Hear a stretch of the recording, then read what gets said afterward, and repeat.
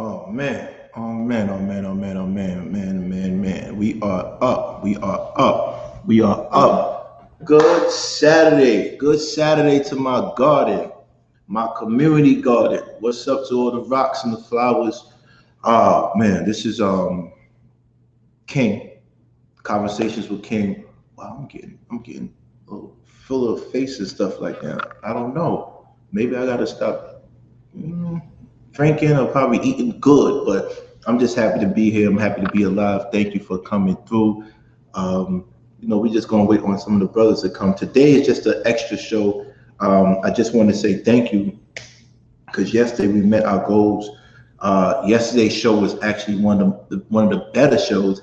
We had literally right now 12, 1,300 views in less than 7, 8 hours. That is amazing. That is amazing. Shout out to Just Peace. Salute to you. Salute to you. We just want to make sure that everybody is coming in. You know the rules. Turn the likes up. Turn the likes up. Turn the likes up. Turn the likes up. We are happy to be here. Um, we got some good topics today, and we got some things we want to talk about because as we move further in this journey, and as you see, my channel is going at a rate that I wasn't ready for. We will not be taking breaks, but we would definitely be making adjustments. I didn't know that my situation would turn out to actually a legitimate channel, but I knew I was going to be big in this realm because of my personality and because of my level of engagement.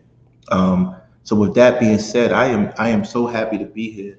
I have one of the Four Horsemen back in stage, but before we bring him up, we want to give a shout out to all our sponsors. Well, I'm one of the people that sponsor themselves. Love and Life Through the Eyes of Travel. Please get it at the Apple iBooks, Kindle, Book Baby, Amazon. Please get this book. It's a very important book, and it deals with many things that we talk about in our show. Also, we want to shout out to Ripple. Please go to Ripple. I do not smoke cigarettes. I do not smoke weed. This is a plant-based puffer that takes extracts from natural things, from peppermint to lavender to mango. This is something that's for the people that don't smoke. No nicotine and no THC. So respect to everybody that is definitely um, who want the look of smoking, that cool look, but don't want the consequences that might come with it. And that's me. Kind of like hookah, but hookah could be dangerous too if you're not taking the right things. Funny story, I actually went to Morocco where they actually do that a lot, and it's called hashish. Hashish is something that, we as people need to do some more research on because the hookah here might not be the hookah that the original hookah, so be careful with that. Um, Shout out to JP. Hey JP. Hey Queen. How are you? Um, Shout out to Maricela, who's been holding down our page for so long. Get the likes up. This is just a fun day. We're not doing we're not doing too much on this today, but you never know. Just like yesterday, we didn't have a lot of expectations, and it got really, really good. I also know that Willie Dean's going to be coming today, but he's going to be 30 minutes late. He's taking his daughters to the math program, and this is proof that black men are doing what they need to do. This man actually takes his daughters to math programs, and I encourage. I'm not a parent, but I was an educator, still am an educator of some sort, and I encourage people to enroll their children in auxiliary programs outside of school. Learning takes place outside of the circumference of physical school. It happens in the household and auxiliary programs like chess, math, STEM programs, um, arts, theater, just encourage you to take your children out to expose them and get them more cultural capital. Even if you save up, take them on a little trip, touring, look at your community museums. But we want to encourage them. Please get information from me now because I'm telling you, you know me. At some point, I'm going to get ignorant, but we want to not be ignorant right now. You feel me? So So that's it. Hold on 1 second. Hold on. Let me fix something. Let me fix something. Let me fix something. Let me fix something. Hold on. Let me fix it. I just gotta, when you get those emails, that everything is fixed. Thank you very much. Let's focus on the show. Once again, shout out to my brother Chef. He just checked in. 13. Get the likes up. Get the likes up. Get the likes up. Get the likes up. I want to get hyped, but I can't get hyped if I don't get support. Get the likes up. I got the hoodie on today. Today is sports day. Men watch sports, women watch sports. But today we get to have this little conversation. Everybody get in the room. Please tell your friend to come in the room. Tell your friend to subscribe. We need today. The goal is to get to 500 subscribers. Realistically, I'll be happy with 425 subscribers, but let's get to five. Let's get to 500. Before 75, I'll settle for that. And the likes, I'm not worried about the likes. Today, I'm not worried about the likes because the likes we will get to 150 when we get a chance. Shout out to Marisol for controlling the tempo and the pace of the room. Man, I hate this. I hate AC, but it's so hot in New York. I feel like it goes right from summer to winter. There's no fall anymore. But it is, and I get sick with the AC. I don't really like the AC. So, man, let me just turn this off. I control everything from my phone. I guess they're not letting me control it right now. Okay. I guess they're not letting me control it right now. Let me see. Can I sign in?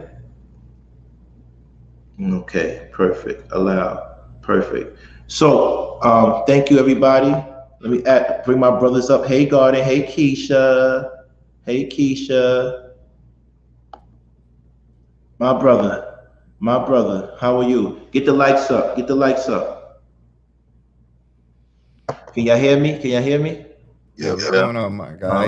That's perfect. On, family? You guys can everything is everything, baby. Everything is everything. Tell me, how was your morning? I feel like y'all don't understand that when I did this, I did it as a passive project, and I also did it as a way for me to control my narrative. I didn't want anybody controlling my narrative, right? But what I realized is this is so much work and strategy. You don't know, when we get off the phone with y'all, we be on a phone with each other till like 4 in the morning. Then we wake up at 9. Mind you, you don't know if I'm asleep, if I had a young lady, so I probably didn't get no sleep, right? Or because gentlemen don't talk. Me and a young lady could be reading books. We don't talk about what we do with each other. But I probably get no sleep. Then I wake up at 9 or 10, and we discussing things, subject matter. We have a content calendar, so we plan our stuff. Particularly me and Chef plan stuff months. Not, I wouldn't say months in advance. I would say weeks in advance, 2 weeks in advance. And then yesterday, E Black came into that was the first time he came into a strategy meeting, right? So we're gonna try to incorporate everybody that's consistent into the strategy meetings, but because this is an organization now. No, I'm sorry, this is a tribe. That's what this is. This is a tribe, and this is a tribe. So we want to make sure that the people that represent this tribe, they know what's coming down the pipeline before it comes down the pipeline. We have transparency and communication. So please, everybody, everybody wants your pink shirt. You kind of fronted on them. You didn't give them a pink shirt. Where's the pink shirt? Come on, we gotta hold you accountable, boy. Keisha, you gotta come up here and give him your 30 seconds of smoke. Keisha was mad at the 60 seconds of smoke yesterday. She said it. She said she didn't like it. She didn't like it. And we're gonna talk about that later, about rules of engagement. All right. But Keisha said she needed more smoke from you. She wants you to go hard. But me and Chef don't want him to go hard, but we always gonna have our brothers back. But we don't want him to go hard, but you know what it is. But at the end of the day, shout out to the Queen Mika. Thank you very much. Thank you very much. Blaze Brown, you know what I mean? Natalie, you actually are brilliant. I hope one day you get the courage to come up here because you're very brilliant, and I want us to just talk to you. Be a part of this, please. Hold on, give me 1 second. Brothers, tell them how was your morning, and I'm gonna light my candle because I have to be in the right mode because right now we got 20 people in the room. And how many lights? We got 30 lights. Hold up. You people fucking get it. You fucking get it. This is why you're my tribe. You get it. More likes than views. More views than subs. You fucking get it. You get it. And we're gonna make this happen. Let's get to 450. Tell your people, tell everybody, tell your boyfriends and all your girlfriends, they can't call you no more until they freaking subscribe to our page. We're gonna have a comfortable, I think it's like Saturday brunch for us. We're gonna have a brunch conversation, a smooth brunch conversation about little things. And this is a freebie from us because we don't really want to. Later on, we won't be doing weekends because we all have families that we need to take care of.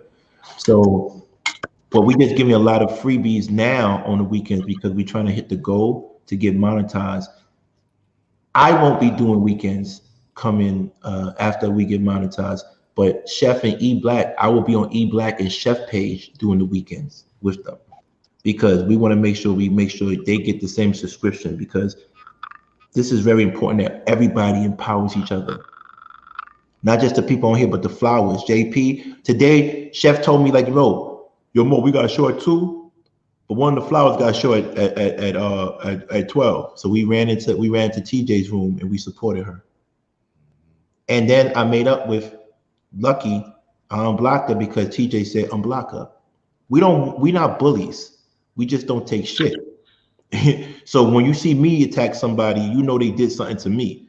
I'm not going to just start with anybody. I'm getting busy because you started with me, and I'm not going to stop until you are not even a thought.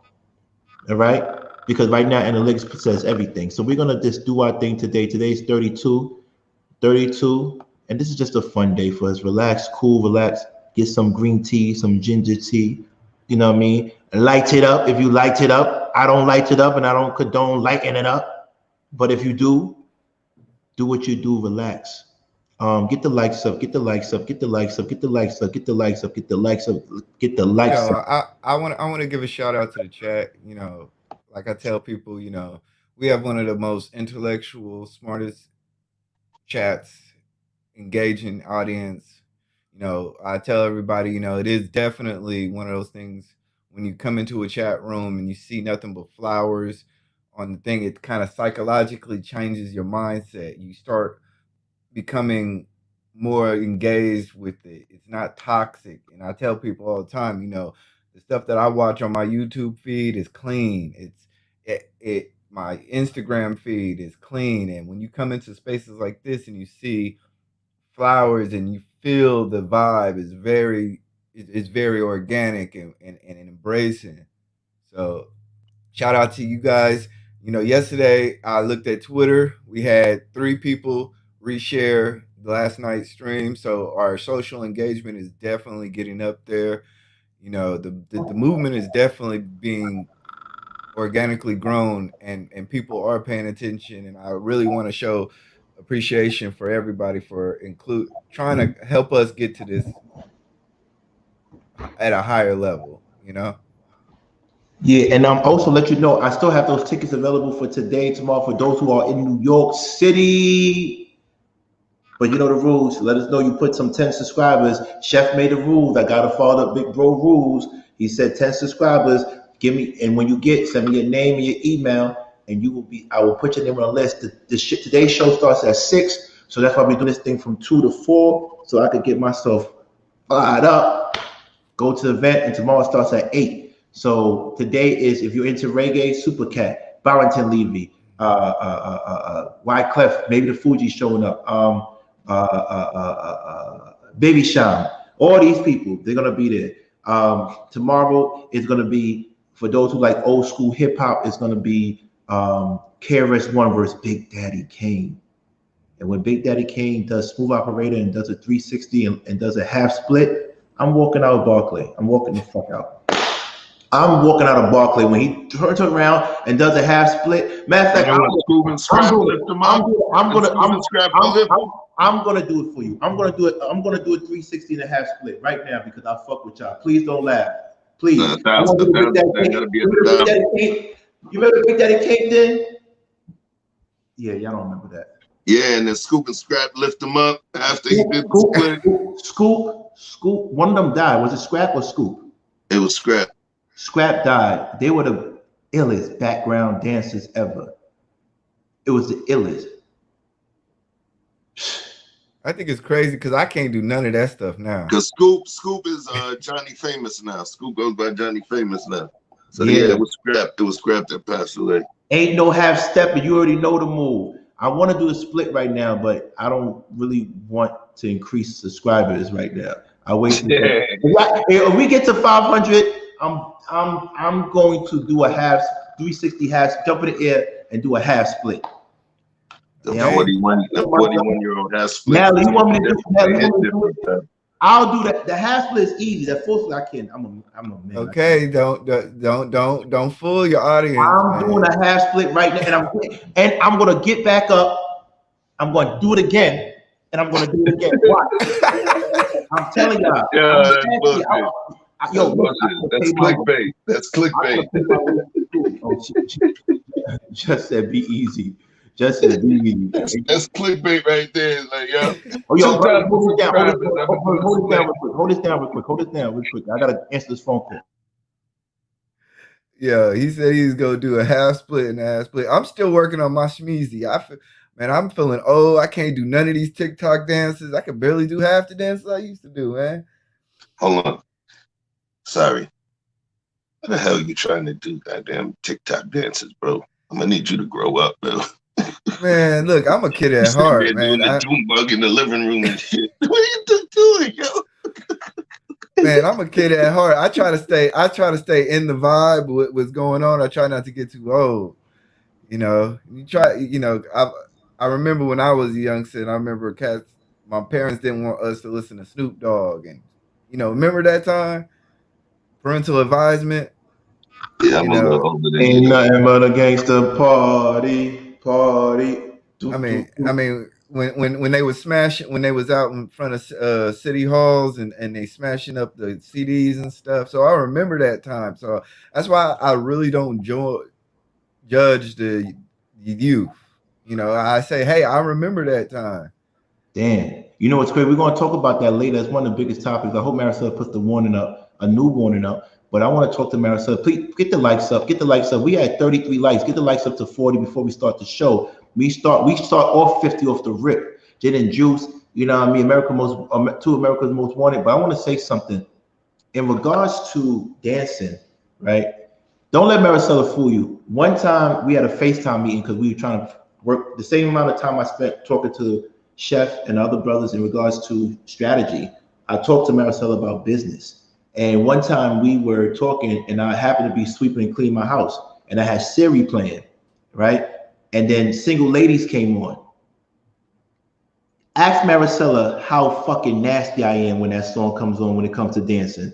There's no that dance better than me when Single Ladies comes on. I got my own little Beyonce routine.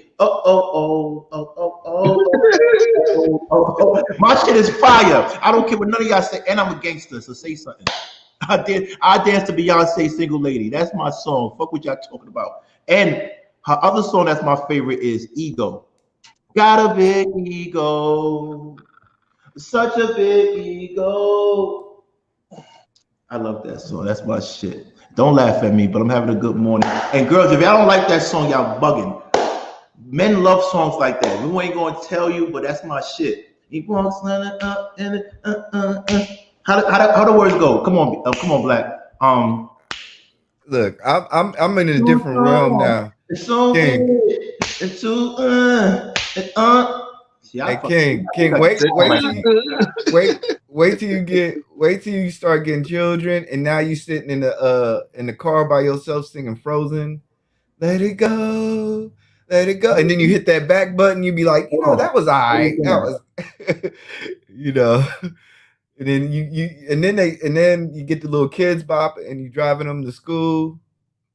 And then you still got it on. Next thing you know, you done 10 minutes down the road. You listen to the Usher remix. So I definitely understand. We all get our different vibes. Sometimes in the outer world, we seem as if we got to be hardened. I listen to all music. That Levington Barrington thing got me ready to get that plane ticket. Hey, you thinking? Video. Oh, sweet. Yeah. Barrington Man, Levy is a legend. Barrington Levy is a legend. yeah. You know what I'm saying? Yeah, being at just seeing that dude, seeing Barrington Levy live, because I was part of the team that signed Shabba Ranks to Epic Records, you know, with the song Trailer Load and all of that in the early 90s. So we were on tour. Barrington Levy was already a legend at that time. And when you see that man, literally he could start his show where he's not on the stage. He'll be backstage and all you hear is, whoa! Wait, hold up. Yeah. And then the whole crowd will go crazy. We gotta connect, son. I went to the Harvard Club yesterday. I met a couple of millionaires. Oh, sorry. So, I have you. I'm sorry. I didn't mean any millionaires. I apologize. I have it on mute. So,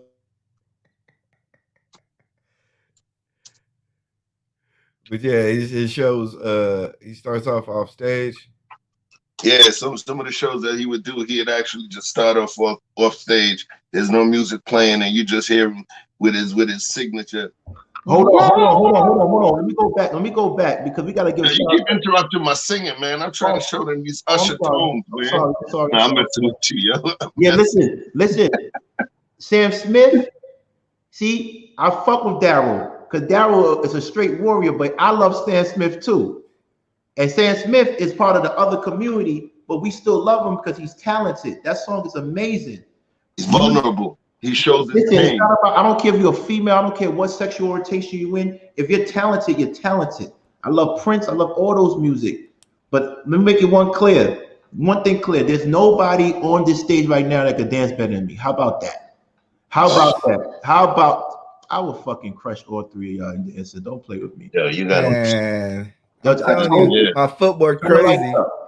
My footwork crazy. I told you the half split, and I get back up, half split again, it's over. They're gonna be like, "Oh, shut down the party," and then Maricella's gonna play all the single ladies, and it's fucking over. I don't know. Chef look like he know how to do some of that Caribbean dance. You know what I mean? He know how to do some of that merengue and some of that salsa, some of that faux step. Oh wow, she said the Q Club. These hips. Yo, these hips is magical, son. These hips are magical. Okay. I will beat you in Kumpa. Not in merengue, not in. You talk. Wait. You talking about compa? Compa. Saying that to a Haitian dude. How you gonna say that to a Haitian dude, man? I will beat you, man. What's the Zouk music, right? Zouk is a African music, but compa is the Haitian. You know what I'm saying? Listen, man. What? Let me tell you. Some of my moves are banned in like 9 states, man. Okay. Yo, I ain't gonna lie to you. When they got this like the Kumpa, I think it's Kumpa is one of them where they got. It's called compa. K-O-M-P. Where you move the hips and yeah. And so that shit is fire. They be doing, especially if you drunk off of Cremas. If you drunk off that Cremas. Oh shit. For the Latinos in the spot, it's called there's a thing called cremas, right? Cremas. Yeah, cremas. Cremas is the Haitian equivalent of coquito. He said Callaloo. Scorpio said Callaloo. Come on, Club Amazura, Club Callaloo. Yeah. Okay. So I know Scorpion ain't no young buck. Listen, I need Natalie to come up here because I gotta see if you do that. If you do the compa, right? see. I'm gonna bring y'all down south. I'm gonna have y'all dance to Zydeco. Oh, come on, man! I want to see how that footwork really working. I hit you with that. That's that Louisiana Zydeco joint. Yeah. I get you on there. See how that heart rate go. They're gonna have to give E Black a camera angle just for his hips.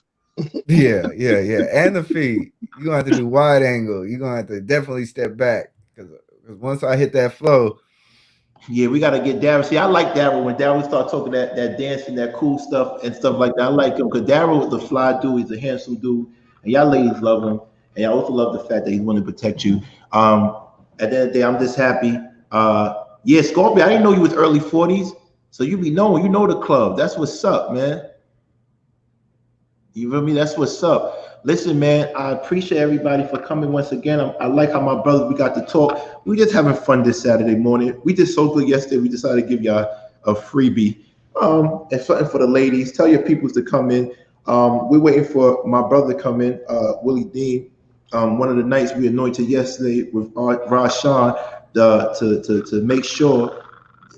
What's this? East New York. So I give props to my peoples in East New York. Shout out to Scorpion. We respect it. We respect it all the way through. Brownsville, East New York is cousins, but they had issues. We couldn't cross the L bridge, and you couldn't cross the L bridge. You couldn't cross the gun line. That was the gun line. You know how that go. But shout out to Special Ed because he did a video on the L bridge. How about that? How about that? When there was no cameras there. Remember, Chef?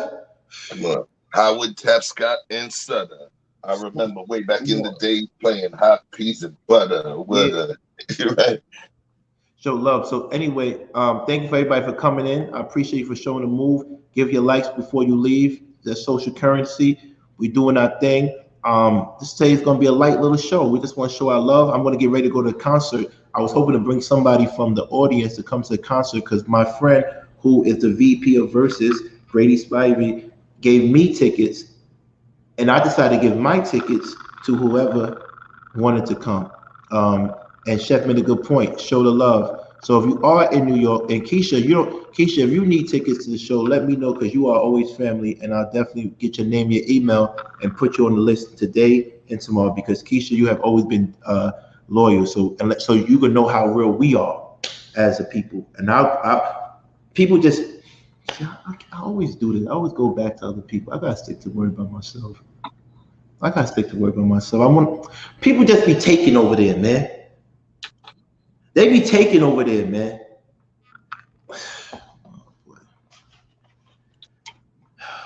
I think somebody put medicine in this because I need this to calm down. I need it to calm down because people be taking over there. We try to give away. We try to give jewels and knowledge. We try to make sure that everybody's okay on our side. Our tribe is going to be okay one way or another. And we're going to make sure everybody is doing good. If we can help, we can help. If we can't help, we'll let you know. We don't sell dreams, hopes, or falsify goals. But thank you for coming. Virtuous woman, we love you and your honesty. And I want to say something. If it's I really want y'all to have a body and beauty conversation when it comes to men and attraction. Yes, we will. And we will be talking about that today if you come up, because we have Speak Out Saturdays.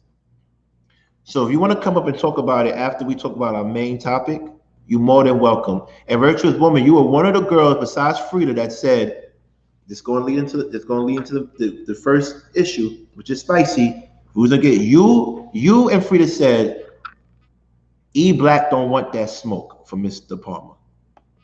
I have the receipts. I saw it. I got my hoodie on just in case Mr. Palmer comes to the room. You said he don't want no smoke from Mr. Palmer because Mr. Palmer loves giving smoke. And I want to say one thing. I did research on Mr. Palmer, and his thing is about, I don't think our brother E Black explained it well yesterday because he was so passionate, but Mr. Palmer deals with men who feel slighted by baby mamas. That is his prerogative. He did a show with TLA. That is his prerogative. I want Mr. Palmer to do well and do his show and do the best he can. I didn't see the issue with what Mr. Palmer was talking about. I don't see an issue, but E Black does. And E Black wants to get off his chest, so E Black has the right to get off his chest. That's what he wants to do. That's what he wants to do. But we encourage Mr. Palmer to come on stage or allow E Black to come on stage and they have a friendly conversation, have that parlay, talk about it and see who's right and who's wrong, or can they just agree to not to agree, right? Agree to disagree. So with that being said, we here at Conversations with King, we do not bully. We do not take advantage of people. But once we are violated, we will violate them. So make it clear, we did not step, we as a whole, Four Horsemen did not step to Mr. Palmer, but he does. And our job as the Four Horsemen is to make sure that it's a fair engagement. It's fair. It's a one-on-one. If you know about anything about like young kids or streets or prison, we're not here to fight for you. We're here to fight with you. So if it's a one-on-one, they're gonna do it one-on-one and do what they do, but we're not gonna promote us ganging up on somebody and stuff, because don't get twisted. Mr. Palm, from what I saw, is part of Manosphere, and it's got clout. But his issue, but E has an issue with him, and E and him need to address it. So whenever E wants to talk about it and get busy, that's on him. But we're gonna make sure that it's a fair situation, and that's all. That's his prerogative. That's E's prerogative. You got that right, Frida. You got that right. That's E's prerogative. But we want to make sure it's a fair situation. We don't want people ganging up on him and stuff like that. If he feels that way, that's how he feels. I didn't see anything really crazy, and I didn't see when he exactly started with E, but that's how I feel. Chef, you have any feelings on it? Yeah. Excuse me. My feelings about it is I've watched the Manosphere, the quote-unquote red pill community, and I understand what it's about, and I can definitely see some positive aspects of what they're saying. One thing that I do understand is that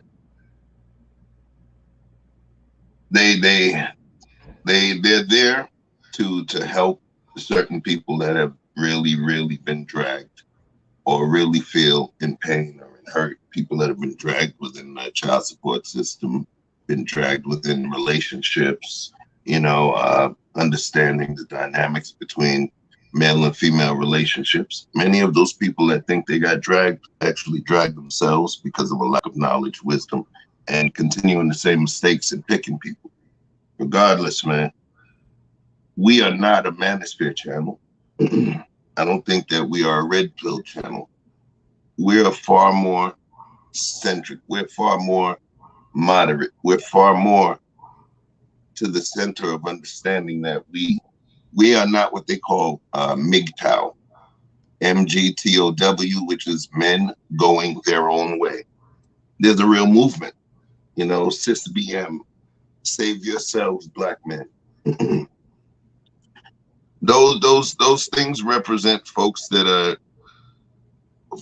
totally upset and totally to the far end. They're the equivalents of what folks would have called hermits back in the day. They're sick of everybody and they want to go to Montana and live in the woods. Turn the lights up. Turn the lights up. So that's a different group. So what I'm saying is this: the shit that you're going to hear from the red pill community and from the Manosphere, some of it is going to be, so triggering because it's all the way far to the other end of the spectrum. And sometimes that's where you see the triggering stuff comes. That's not what we do here. So here's the best way I could say it. And I'm going to try and dwarf it down, to kind of a joke. Just think about it like this. E Black, you got pissed off with dude because he was rude to the sisters. You are a dude that doesn't believe in being rude to the sisters. Right. You are a dude that believes in the way that you talk about your wife. It gives goosebumps. The way that you talk about what you owe her when somewhere else on another show they tried to clown you.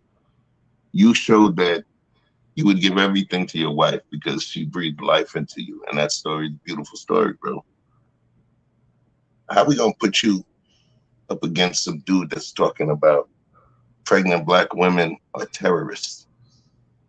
It's different. It's like having the pizza. It's like having the pizza store battle the pizza store battle the Chinese restaurant. Y'all don't serve the same shit, man.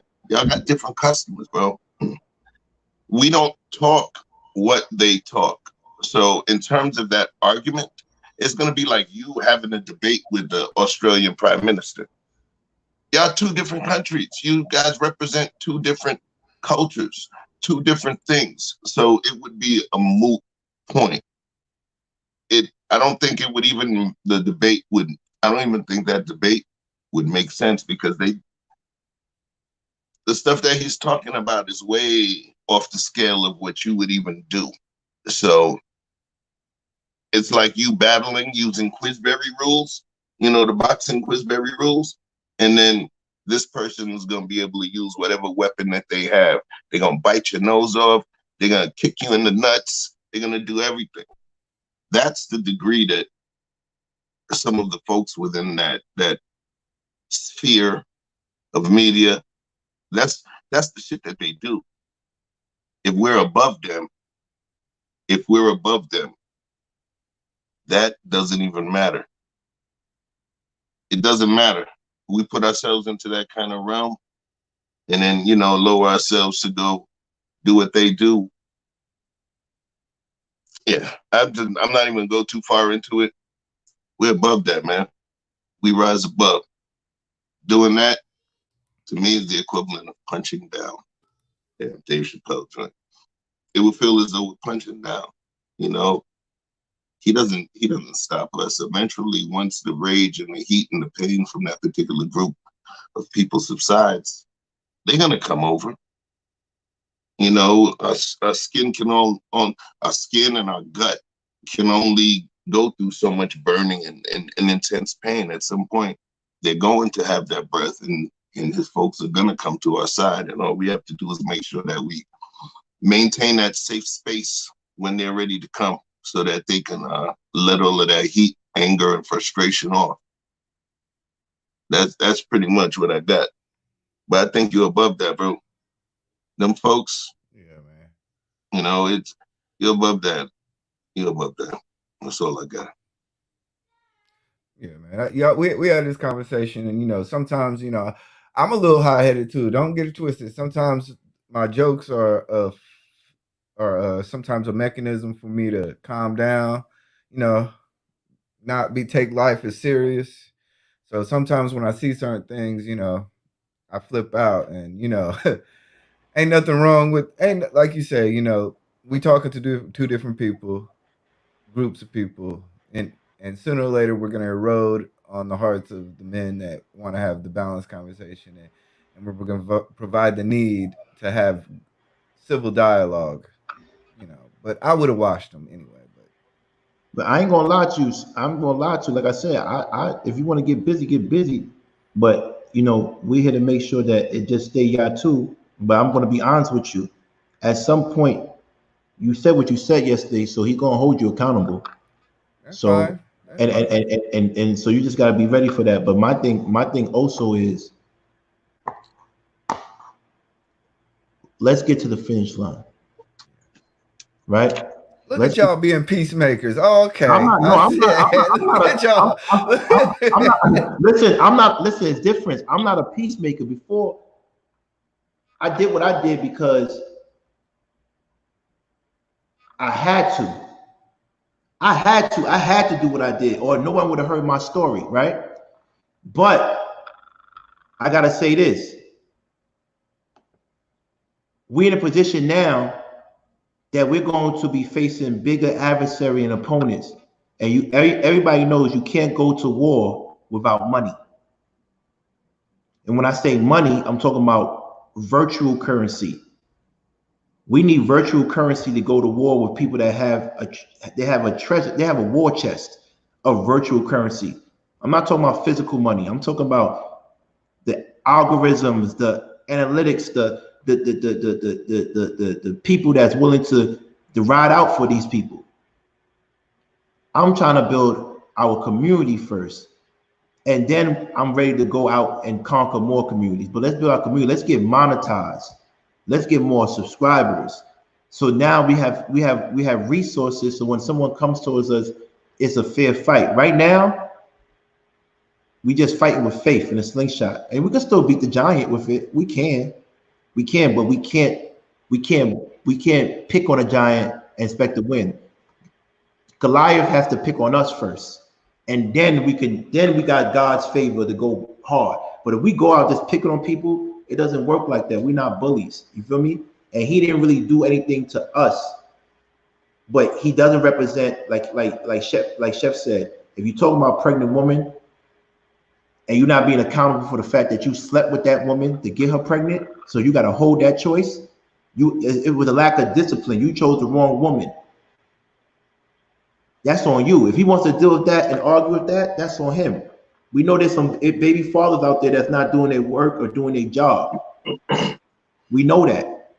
So, but right now, let's get our stuff ready, because what happens when we talk about these guys and then the ladies that they disrespect and say, hey, we need your help. What do we do? What resources are we providing to those women? We just gonna say we're gonna fight for you? What about the resources? What are we sending them to so they could make up for the resources that they men don't want to give them? Right? You can't tell somebody to stop doing certain things if you're not going to be able to provide another avenue. That's what I believe in. You know what I mean? That's what I believe in. But, you know, I see it both ways. But if you want to go to war, we go to war. But I'm telling you one thing. When a bullet is, everybody want to go to war, but when we hear the gunshots, they start ducking behind the cars, man. I'm telling you, it gets really nasty out here. It gets really nasty out here. But on that note, fuck everybody that don't agree with anybody on my channel.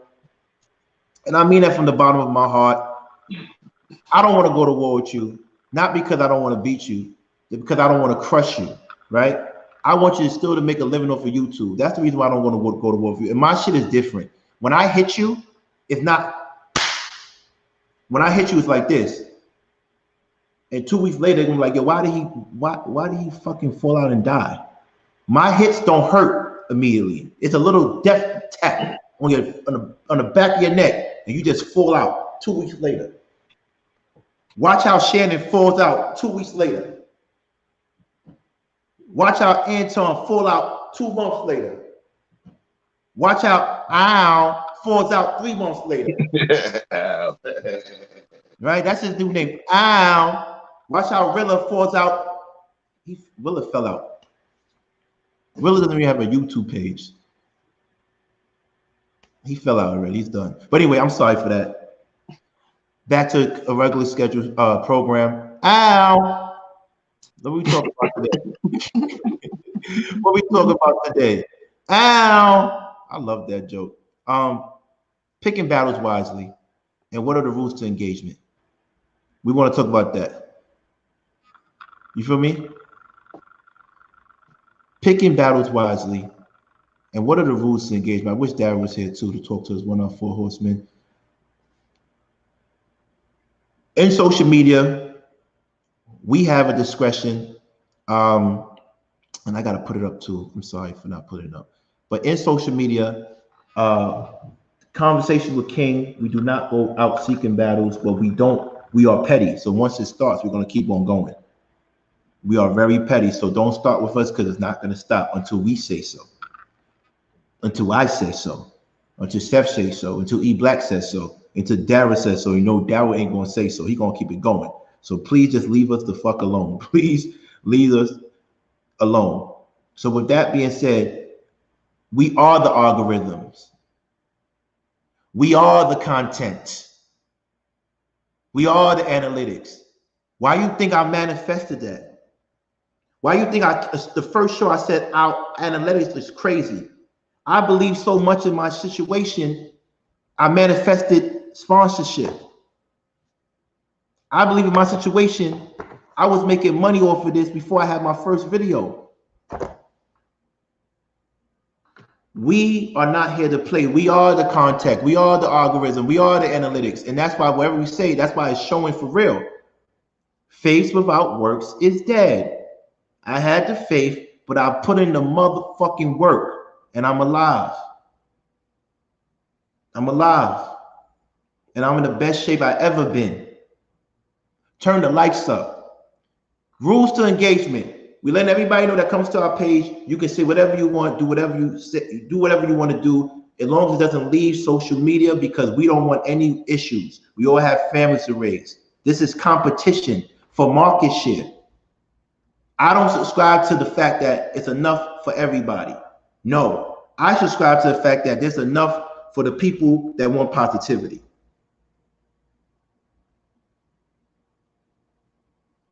I was at the Harvard College club yesterday in New York City, and she said, "What is this brilliant black woman?" She said, what is the solution to poverty in hoods and ghettos and low moderate income?" And I'm looking around, and I see a whole bunch of old money looking at me, and I'm dressed casual, and I said to her, "By the way, I am a Pisces. I am a Pisces." Um, I looked around and I said, more good-hearted people need to be rich. That's the solution to the problems. More good-hearted people need to be rich. There is enough room in social media on YouTube for good-hearted people. But those who are not good-hearted make it very, very hard for us to all eat. They want you to work with their pyramid scheme. And the way the pyramid scheme works is you have the more dead bodies, the more people you stand on top of, the higher you are. That's the pyramid. There's only two shapes in the world, honestly. It's the triangle and the circle. Triangles, based off a pyramid scheme where only one could be on top. Circle, we all can eat. This channel is a circle. Everybody can eat over here. Everybody. So this rules to engagement is we want people,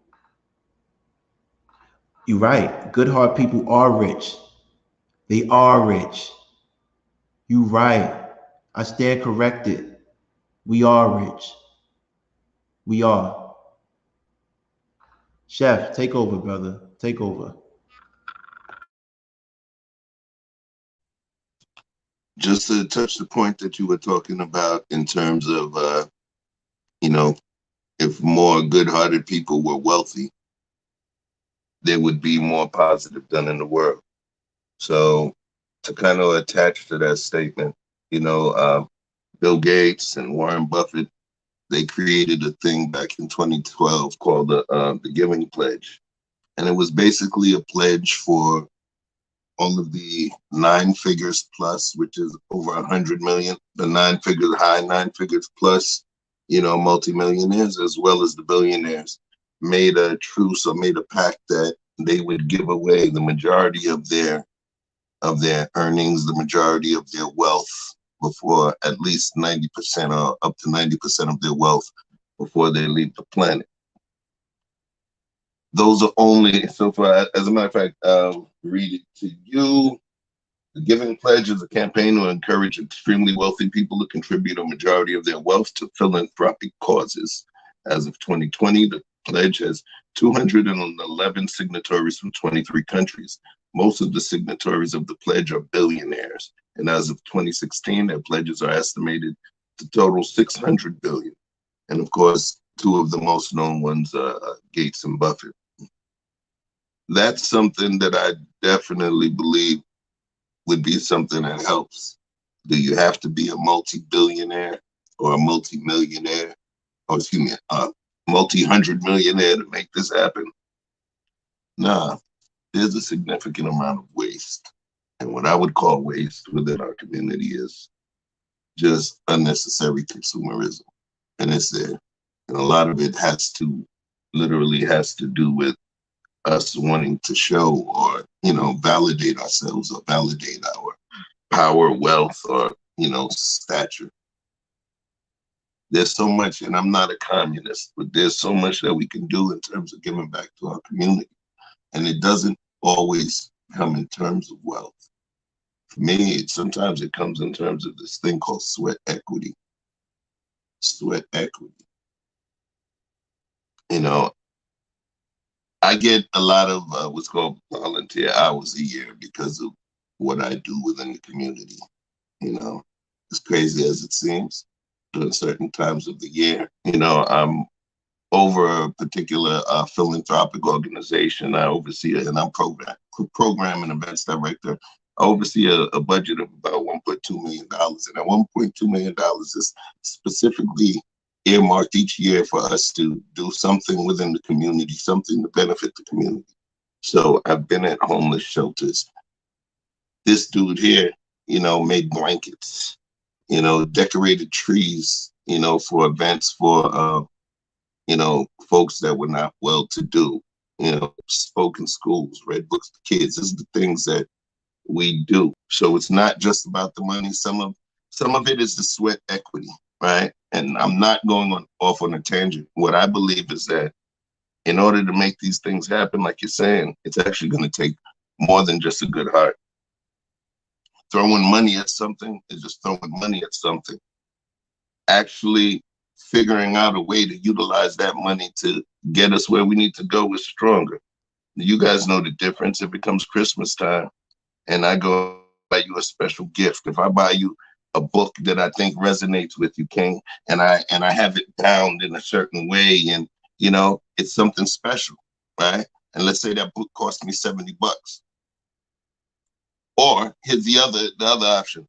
I go and give you $100 Visa gift card. You tell me which one holds more weight. You see what I'm saying? The $70 bound book that had all the thought process, or the Visa card. It was like, let me get this shit so I keep it moving. So I basically am saying it's not just the money, because these folks have been giving money away for the past 11, 12 years, since 2010. What benefit do we see it doing on our community? Not really, because their stuff is global. In order for our stuff to take place for our community, we have to pool those resources, use our money and earmark them and appropriate those funds for where they need to go, as well as utilize the required sweat equity to execute a plan. What you guys think? Well, one thing that was great. That was great, but it was my fault. We went off a tangent. I really want to discuss rules to engagement within social media, so we could protect ourselves and how we move forward.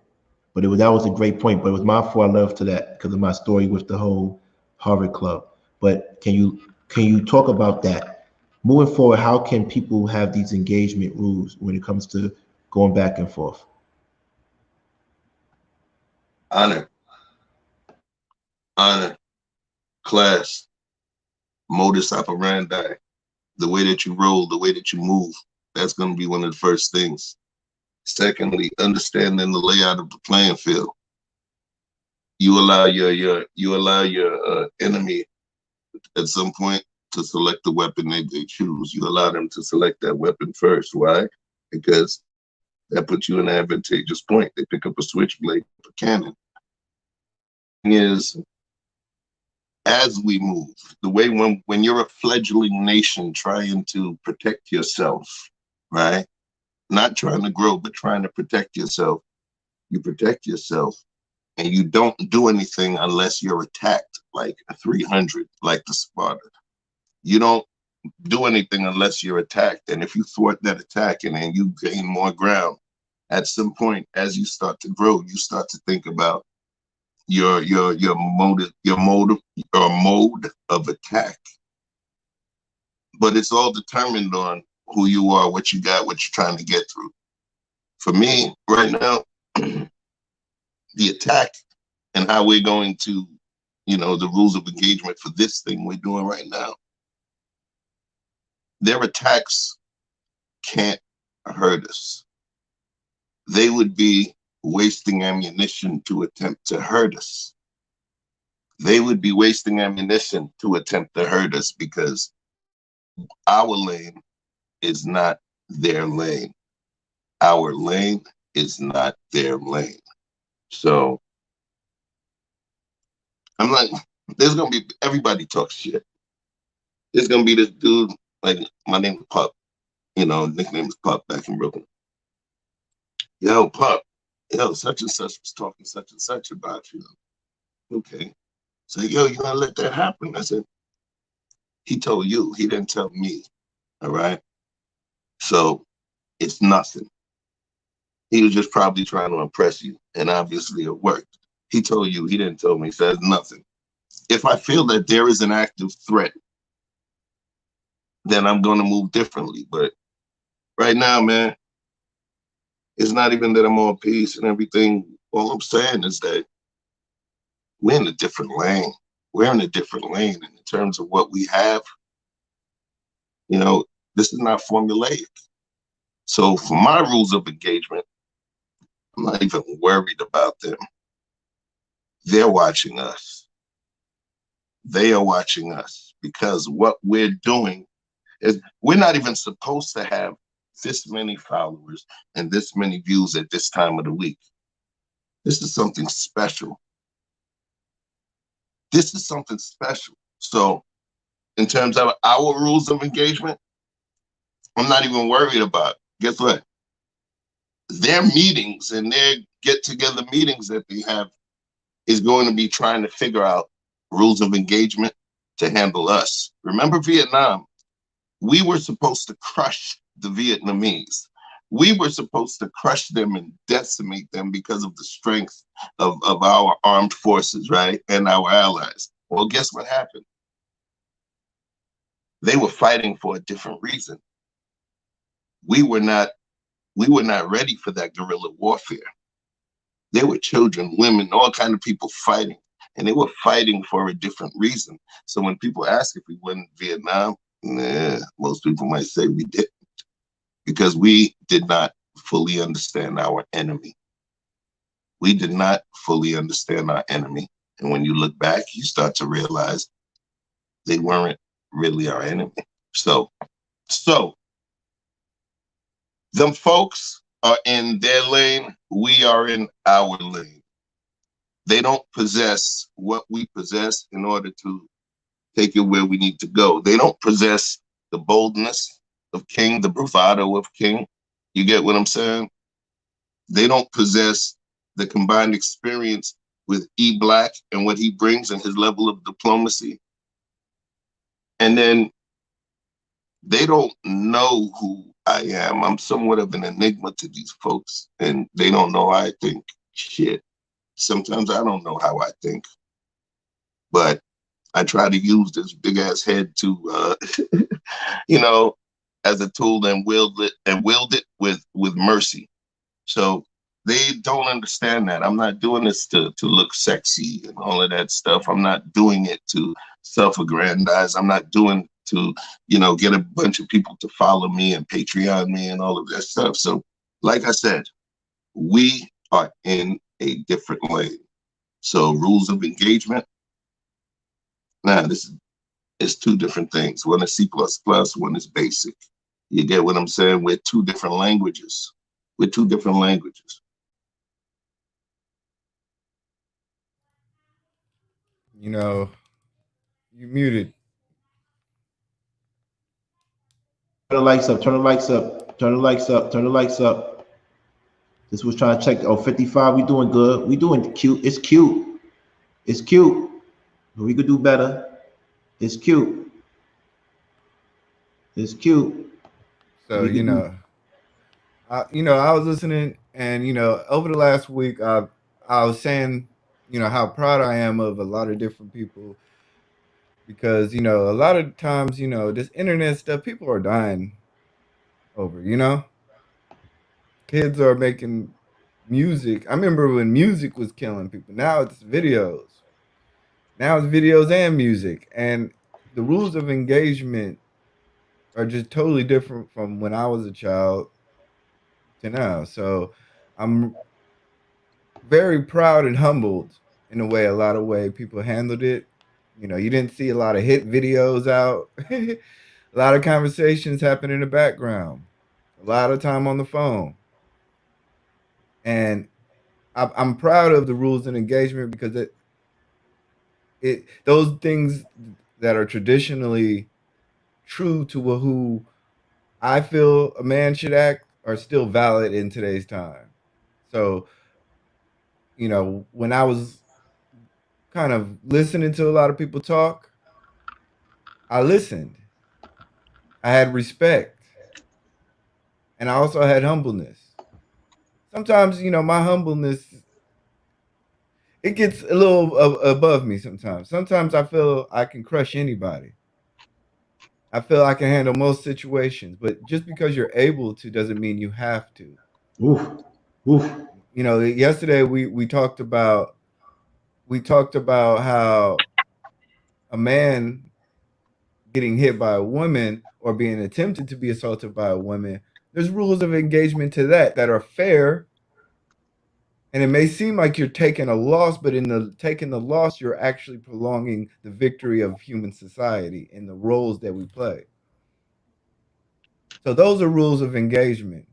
Rules of engagement are truly in regards to respect to human dignity, how how we respect our community, how we're not just savages killing each other for the sake of it, how we want to proceed in life without constantly looking over our shoulder because our fellow man is taking care of us, or at least if we are going to be attacked, be it fair. You know, I was a young kid and I remember a lot of my friends dying, and they were in very callous ways, and I was so upset because it wasn't that they saw it coming, and a lot of times they never saw it coming. They'd walk out of a store and a man would, or a kid would just walk up to him, shoot and run.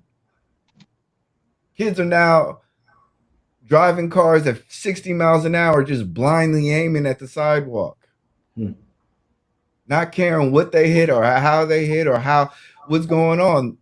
These types of rules of engagement, I don't think are truly fair to our human society.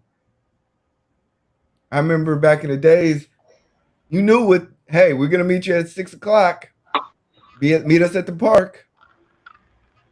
Sometimes you get there a little early and you see them rising up. They'll take a little step back. You'll see, oh, they got metal pipes. Okay. Then you start digging in the corners and stuff. Yeah, we brought them too. We wanted to make sure we was on the same temperature. But it was fair. These are the things in life that, like I said, that even if we took a loss, we will live to another day. And respect was earned. But now today, we're not seeing the same reciprocity out of our enemies. I had to say something. That's funny you said that. That kind of ties back into that conversation we were having about the Palmer guy. So when we talk about rules of engagement, and you said, you notice there's going to be a fight, there's going to be something going on. The person, what's the best way to say it? The person who receives that perceived threat is able to do whatever they want to do. That's why you never want to be the first one to make that advance in the rules of engagement, because what you want to do is be able to have some intel and understand what their attack is about, how to preempt it, how to potentially flank them. So you allow their advance to determine how you're going to counterpunch, kind of like Mayweather, right? He is the best counterpuncher ever existed, and that's how he won. He would allow you to, he would move around, allow you to get crazy, and then throw your punches and counter your punch. Here's the problem. When you are the person that makes that first salvo, you open yourself, you have no idea what the retaliatory strength is going to be, because you're making that initial salvo. So, I'm kind of tying it back into that whole Palmer guy thing, and in terms of rules of engagement, we're attacking an enemy that has not attacked us.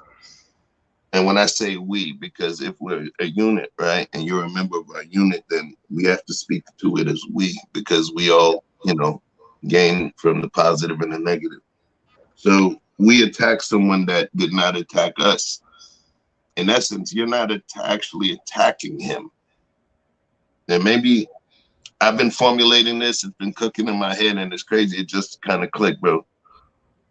You're not attacking him. You're attacking a piece of his message and his delivery of said message. I don't really think that you hate him. I don't think that you hate him. I don't think that you've developed enough to hate the guy. I think that you despise a piece of his message as well as the delivery. And that's just based on the info you gave. So I'm trying to tie, not just make this a generalized, rules of engagement conversation. I kind of want to tie it into something tactical that we're dealing with. Right now, that dude ain't thinking about us. And we continue this thing. It's almost as though we're going to be living rent-free. He's going to be living rent-free within our collective heads. And we don't even do his kind of shit, man. It's just the flowers in our room. The flowers in our room will not be able to tolerate more than, I would say, 5 minutes and 45 seconds of it. I literally went to do some intel on it yesterday. I just fell asleep on the shit. Yeah, man, it felt like some angry nerds, bro. It's just a lot of that stuff, a lot of the red pill stuff is not based in truth. A lot of it is based in truth, but a lot of it is extreme and it's based in pain. So, like I said, I don't like to reiterate much of, but if the points come back to it, that means that it's a point that needed to be made. Rules of engagement with those, they're not us. They're not us. I think your issue was more so with the particular message. And you have a total right to despise that message and rage against it and reject it. Let's speak to the message. What about when you have the moral high ground? How do you address that? For instance, one of your friends may be, doing some nefarious acts, and you're almost having to address it, but you understand that having to address it is going to come to a situation to where you're going to have to, potentially put him down. Not. You said one of your friends, though. I just want to make sure. You said one of your friends. Hold up. Or somebody No, hold on. Let's make this real clear. That's why I forgot to put on this situation, the discretion. When you say put down, make it clear. You don't mean death. Yeah. You don't mean death. You don't mean killing. So we make that very clear. We don't want no problems on here. We don't mean death. When he said put down, he meant just ease the situation. Thank you. Thank you. Well, so what do you do in terms of, like, I wouldn't even say friend, but just an associate, people that are, so to say, bumping elbows with you occasionally, and you see the acts, and you're like, you know what, I can't get down with this. Yeah, that's it. Remember, you said a friend, or I guess someone that you have made some acquaintance to at some point, right? If I'm here in the U.S., and let's say it's the 1930s, I'm here in the U.S., and I see Hitler over there is being crazy and doing a whole bunch of crazy stuff, it doesn't impact me here, right? I just see it and I don't like it, but he's over there doing the crazy stuff. Is it my job to go and try to get at him? No, but knowing who I am and knowing the people I've impacted in my life, and, maybe certain gifts of understanding that my creator's given me. If I had an opportunity, say, to be around him when I was younger, then in my mind, I would have said that's the Lord giving me the opportunity, or using me as one of his vessels to be able to shine some light on that evil person. You get what I'm saying? But I could not go and fight Hitler. Part of rules of engagement is understanding the arsenal that you and your enemy and you and your enemy have. The weapon that I possess within my arsenal is my heart and my mind. So I understand that within my rule of engagement, that's going to be the thing that's going to benefit me the most within that war. It gives me a higher degree of thinking. You get what I'm saying? The fact, even if I want to crush someone, the fact that I'm able to understand what drives my enemy and what's the thing that makes them want to come at me, it makes me understand them more, so I understand how they would move, and that would change my movements, and I'd still be able to thwart them because I use that same degree of understanding and wisdom to figure them out. If you don't know your enemy and you go to fight them, it says more about you not understanding yourself. So yeah, I feel like I'm rambling, man. Somebody else say something. Streams of consciousness. Let me ask you a question. Streams of consciousness. I posted that up. I wanted you. What is virtuous woman? Virtuous woman, can you come up here? What did you mean by king is the art of war and he black is the rules of engagement? I was waiting for you to finish so I could ask you that. What does she mean by that? What does she mean by what do you mean by that, virtuous woman? Can you come up, or can one of you fellas explain that to me? What does that mean? I think what she just as my idea is what she's saying is that in the art of war you're talking about a general philosophy, a worldview. You're kind of expanding how you attack a situation or attack a situation or approach a situation in a grander scheme. Right. And what I think she's saying that I'm saying is that I'm speaking to the fact that there is an actual application of how to do that in a smaller scale. So it's kind of a hard way to detach from the ideologies, but essentially it's kind of telling it's like saying, hey, live a good life, do all the things right, eat your vegetables, take your vitamins, and then you'll have good things come to you. Whereas I'm saying, hey, at 7 o'clock, you need to be able to go to sleep so you can have a good life and a good rest to be better for the next day. Right. Is that what it means, virtuous woman? That's what, because I was trying to figure out what that meant. Yeah. What That's that what I'm meant. guessing. That's what I'm guessing. She said that I am the art of war and he is the rules of engagement. What does that mean? What does that mean? What does that mean? But chef, let me pick your brain a little bit more. I spoke to having the moral ground, and from my understanding, what you're saying is that just knowing that I have the moral ground gives me more power and peace, right? No, having the moral high ground is not going to be the thing that gives you power and peace. The stuff that I was referring to, it was multi-layered. It's not just having the moral high ground. Having the moral high ground is a strong thing. People that fight in the Crusades, people that fought over religion and all of that, those folks had the moral high ground. So because you feel you're fighting for God, you get me? That's going to give you a significant amount of strength because, damn, is it God, fighting for God. And God forbid you die, you're going to be going to God, and he will, if you died fighting his war, then of course that elevates you to a particular place. So, but that's only one piece being right. The other piece involves intel, aka intelligence. What falls under the subset of intelligence is you understanding what you possess within your arsenal, not just being right. Everybody in wars, this country feels they right. The other, no country goes in saying that, I'm going to do them dirty and blah, blah, blah. They always will deliver some righteous mission statement to make it seem right. So it's not about right. But now, if you know there's a potential war, you're going to have to pay close attention to your arsenal. Pay attention to their arsenal. Try to figure out their rules of engagement so you understand if they're a clean fighter or a dirty fighter. So it's not just about having that moral stance. That's only one tiny piece.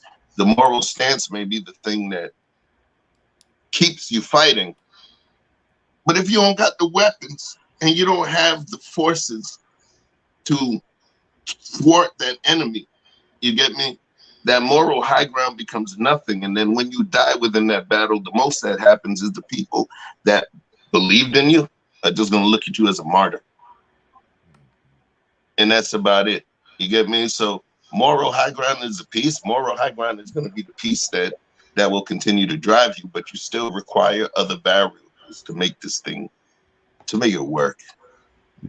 That's why So sometimes we the need two greatest more likes. warriors are just doing intel and just watching and paying attention. We need two more likes to 70. Two more likes to 70. I want to bring up Virtuous Woman. We need 100 likes before 2 hours. Today to go, we're going to 175 likes and we're trying to get to 500. Today, let's get to 500. I only got an hour to be here. I got to get ready for the show that nobody wanted to win tickets for. But we got the show tomorrow. You give me 10 people, you get the tickets for Big Daddy Kane and KRS-One. These are hip hop icons battling in Brooklyn, Barclays Center. Please, please let me know. Today, we got the reggae thing. Super Cat, Barrington Levy, Baby Sean, Cranium. We got all those. I try to put my little West Indian. The Jamaican twang. I see you. I try to put it. Yes, sire. Yes, King Reigns. yes. Bomba clap. Listen, I'm just so happy everybody's here. We're gonna bring up the flower up here, and we're gonna help a woman. How do you think about the rules of engagement? Because women, if you speaking of Jamaica, before I bring Virtuous Woman up, there was a lady named Nana in Jamaica, and she had the most emotional intelligence. She led the Maroons against the invaders. She was about strategy and rules of engagement. Let's talk about that. And we have a woman coming on stage, a flower coming on stage. Virtuous Woman, give a standing ovation and applause. Because I don't have any sound effects, I'm giving the real applause. See, without sound effects makes me real.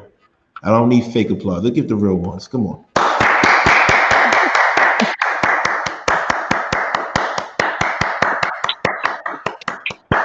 That's what we do. We give the real applause here. We get the real applause. We don't need no fake sound effects. We get the real applause. Shout out to my lovely, fine flower. Talk to us. Oh my God, I'm so shocked. I can't believe you just did that. Why But you shocked? Why you shocked? I am so shocked. I couldn't figure out how to upload my picture, so excuse me for the avatar. But yeah, I'm pretty shy. But I'm here. I'm here.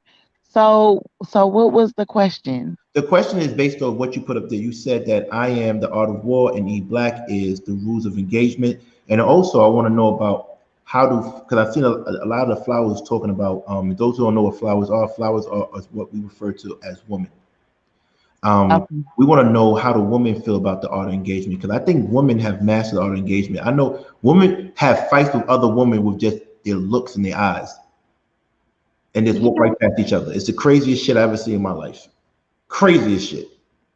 I So mean, I think sorry. I'm sorry. I mean, I think women are multidimensional in the sense that, in the same sense of men, there's a type of fighting where it's pure instinct, and that's the rules of engagement. And there's a type of fighting where you can afford to be more patient and strategic and mindful of the overall objective. Because I think as a woman, we definitely possess that spirit of being able to take somebody's head off if there's an immediate threat. But a lot of situations with women are not threatening to us. It doesn't threaten our livelihood, our money, our children. And then it's an art, the art of being snarky, the art of being nice, nasty, the The art of shade. reading, the shading. Yeah, exactly. So isn't So, that engagement? What's the rules of engagement when women do shading? Are there rules? Are I there mean, lines you don't cross? I mean, to be honest with you, I'm a very patient woman, and I'm not like the shading type. I'm more of a direct. If I feel immediately threatened by you, I'm gonna dead the situation. I'm not going to be shady or anything. That's just not my style.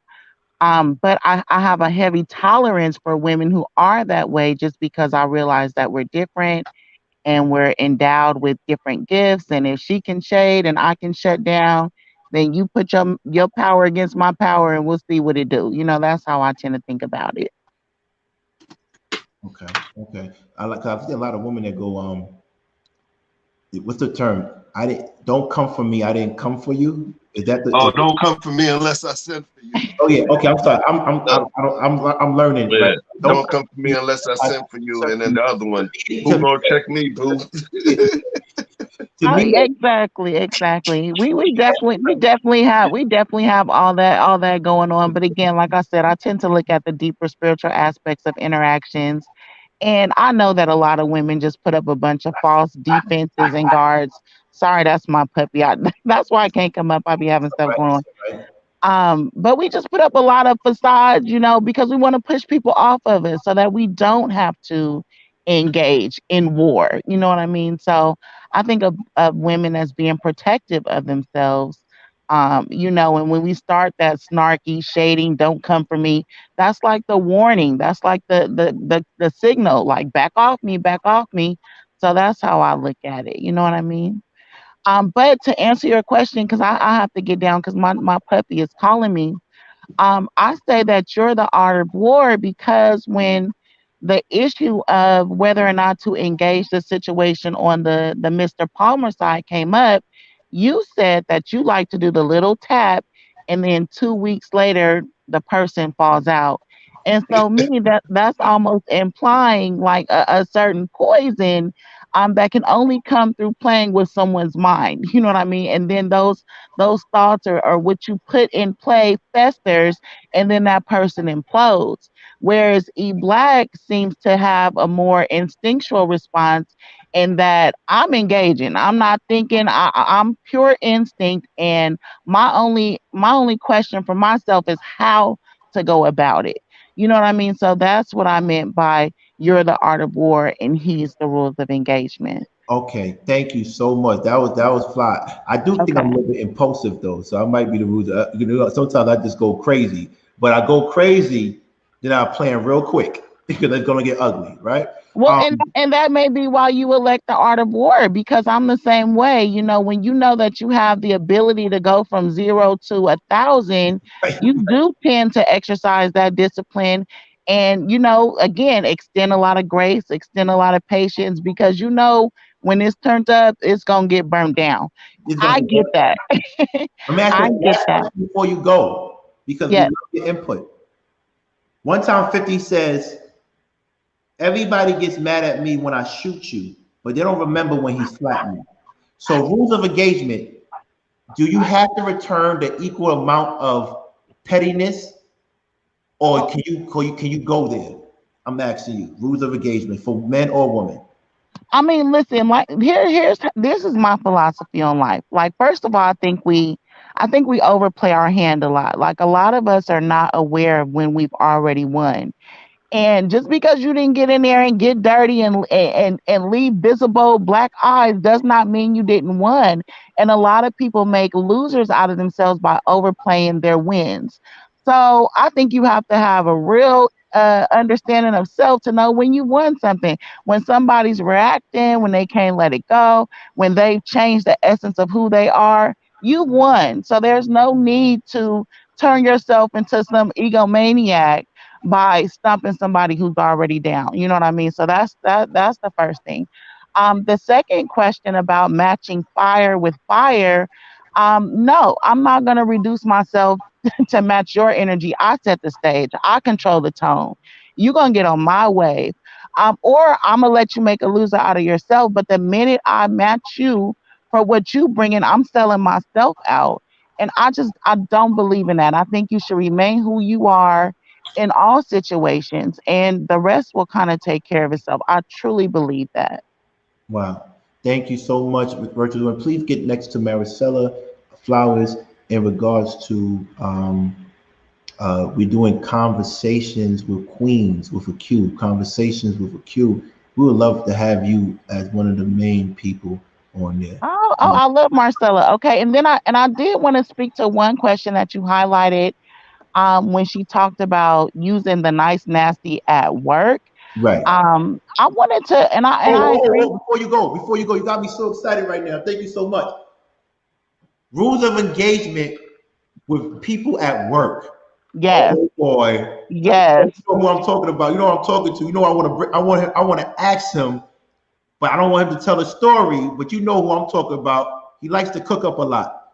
But if he feels comfortable, I want him to talk about how do you handle the rules of engagement at work. And we're gonna while you answer, we're gonna bring up Willie Dean. Okay, so let me answer before I hand it over to you fellas. But and listen, I believe that each woman runs her castle the way she wants to.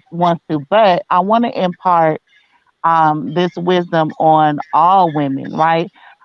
When it comes to work, I mean, listen, I wouldn't let anything affect my money, right? And sometimes, like, we engage in this nice, What if they nasty try at to get work, you fired? huh? What if they try to get you fired? But again, we open the door for that as Black women sometimes, right? Or as women in general. I don't. It's not a color thing, but we open the door for that when we engage, right? So the wisdom I would like to impart about work is that the proof is in the performance. If they try you, outperform them on every level. But once you engage again, you reduce yourself to them, and then the competition starts. You don't have to compete where they can't compare. You see what I'm saying? Right. So, I mean, outperform them. That's all I have to say about that. But yeah, let me let you let me let you guys have it because it's Saturday morning. I'm in Cali, so I'm on a different time zone, and my dog's in the background and so forth. Yeah, and I agree with her about the microaggressions, and they do add up. But again, like I said, my response is always just to outperform, and just be above the fray. Just be above the fray. Like, you don't have to make everything mean something to you. You know what I mean? And a lot of people will attempt to get you off your square, just because it makes it easier for them. You know what I mean? So don't let people trick you out your power. But anyways, I'll be in the chat, and I'll see you guys on the next one. Okay. Thank you. All right. Thank you for having me. Wait, I'll hold see on, you hold guys. on. It says Marcella a queen. I don't think so. The same way you said African queen of the tree when she was all about the tree. How about she referred to a black man as, hey, queen, please think twice. Whoa. Which Marcella did that? Which Marcella did that? Please come up and tell us about that. Are you talking about our Marcella? Because that's not her spelling of her name. See? See? This is how it goes left. Willie, Peace, peace. peace, brother. What's going Yo, on? the crazy thing is, I had the other link up, so I was sitting in the back. Yeah, I sent you a new one. Yeah, it's crazy though because I was still able to comment like using that other link Right, on the different link. It didn't make sense. right. So I gotta step my game up with the YouTube because Right. What's up? I was sitting on the back burner for a while. I thought you forgot about me, bro. Nah, man, nah, man. What's up? What's up? The rules of engagement. How do you feel about that, especially in the workforce? Well, I think the rules of engagement depend on the environment. It just depends on the environment and who you're playing with. How far and where are they taking it, and what's the best ways that you can protect yourself and your family. So, in order for me to get more in depth than that, I would need a certain scenario, and in order to tell you how I would move in that certain situation. Thank you. Thank you. Well, here, Hold on. Oh, my apologies. I thought you were talking about Marcella, the YouTube, who used to be all about the tea. There's only one Marcella. Thanks for checking that. There's only one Marcella here. There's only one Marcella we respect here, and she's Flowers, Marcella Flowers. You feel me? Look. But I'ma still give Ancilla Jones props because they were ready to eat for somebody. She was ready to eat for somebody, boy. Right. How about this? Thank you so much, Ancilla. Thank you. How about this, Willie? You're about to get into this YouTube world, right? Right. We're about to get you started. We're gonna support you in everything you do. But you see something on somebody's channel that was totally disgusting to your morals. Right. What are the rules of engagement for that? Well, the first thing I would do is try to understand why they have that mentality. Was their father in their life? Did they have that male figure in their household who, nurtured them and taught them how they should treat women? Or did they just follow their friends or follow whoever taught them, like in the street? It's really difficult for me to answer that question without understanding that individual's background. You know, knowing nothing about that individual's background, where his lack of leadership came from, whether it was in the community or if it was in his immediate household. You know, I can't really speak on that man without knowing that. You know.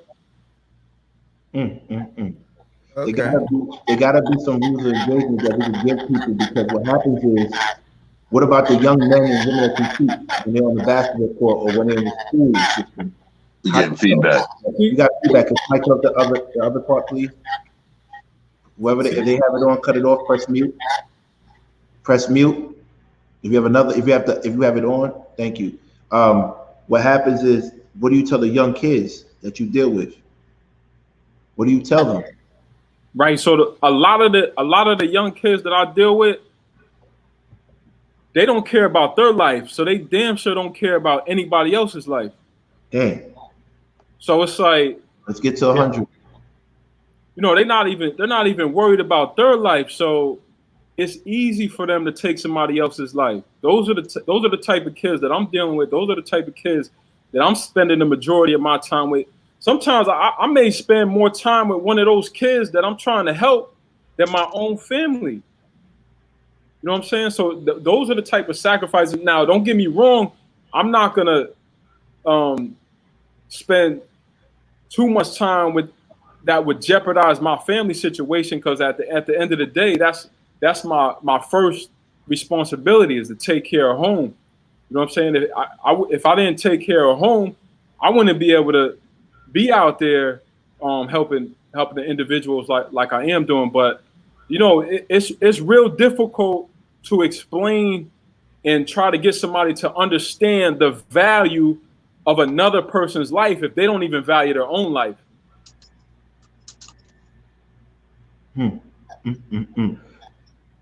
This is what I'm saying, and this is why we have the questions that we have today.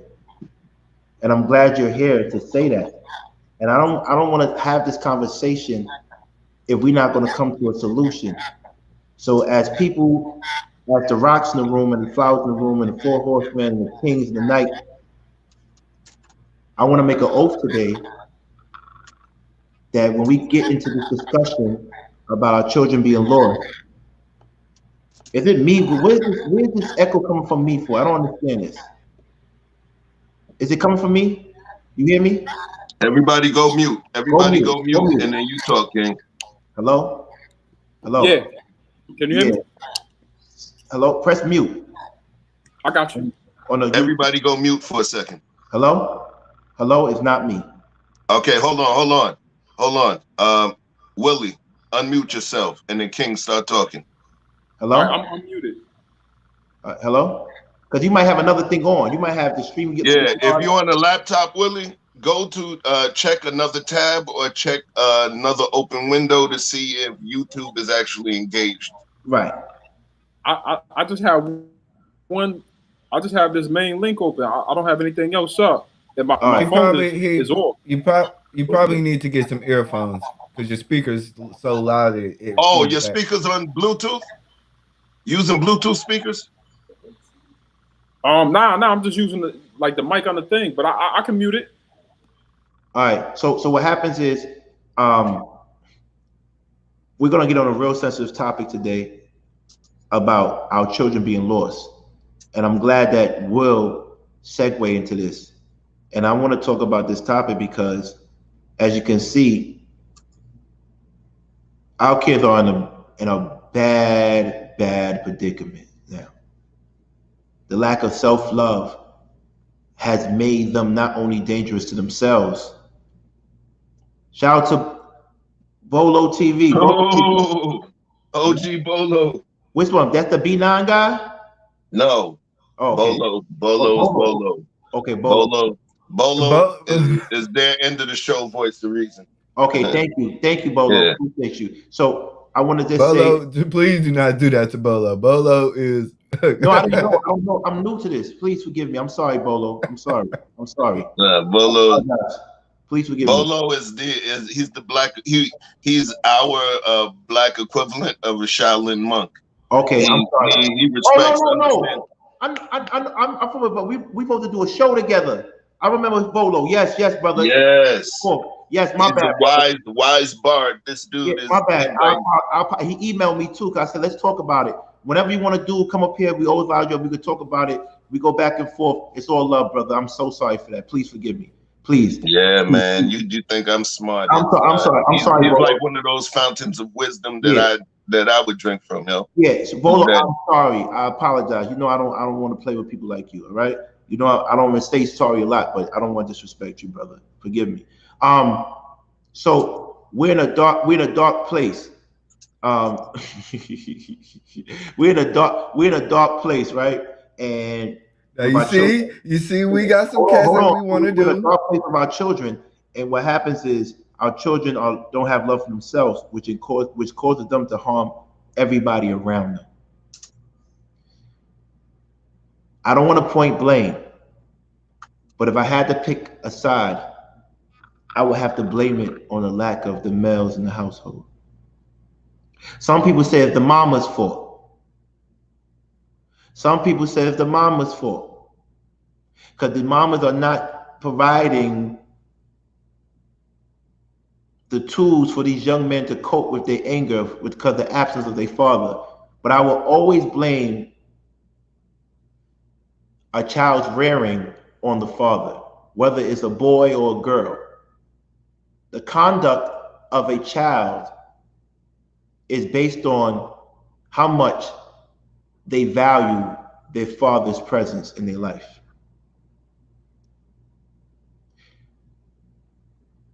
We have to find solutions to figure out why our children are lost and they're not engaged with the elders in the community or men like myself, men like Will, who are actively in the community and create programs for them to excel in school.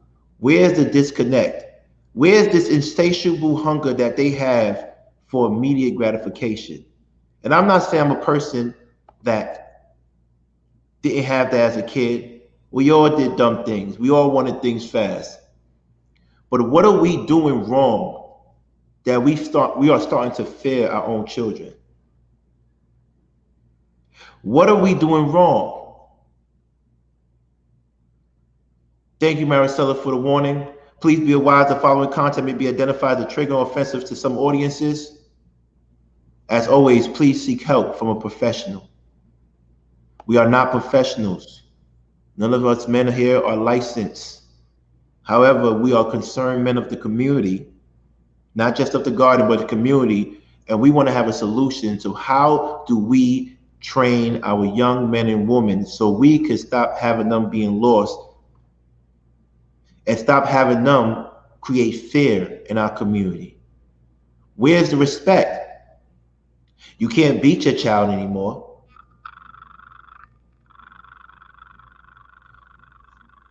You can't scream at them anymore.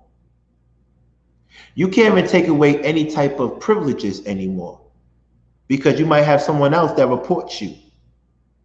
So how do you create this respect?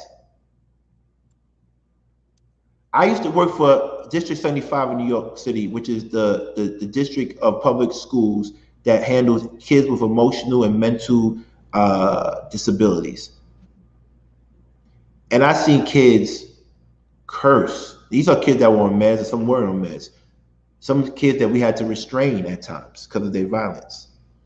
When they had outbursts.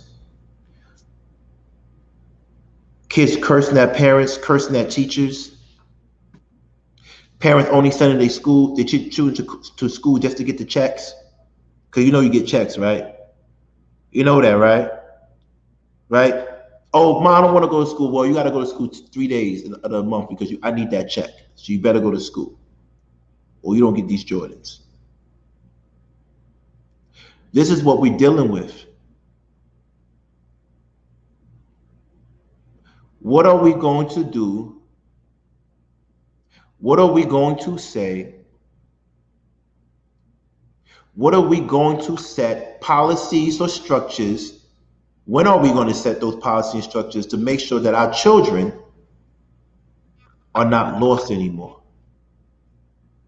They rather listen to Little Uzi than listen to Willie.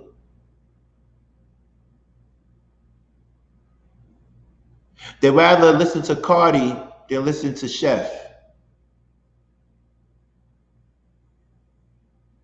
Why have the idols changed? When I used to teach at school, at the schools, I used to go there, and this is the trick I used to do. I used to play the top songs of the month, the first verse, and I stopped the music, and they everybody in the classroom would finish it. This is the truth. I taught at Eagle Academy. This is a fact in New York City, Brooklyn, Ocean Hill, Brownsville. They would sing every verse, and then I play another song, and they finish the verse as well. And then I trick them, and I play a speech from Dr. Martin Luther King. They got quiet. Then I play a speech from Malcolm X, or that racist Gandhi. Let's talk about that another time. I play a speech from them, and I ask them, why can't you finish his verse?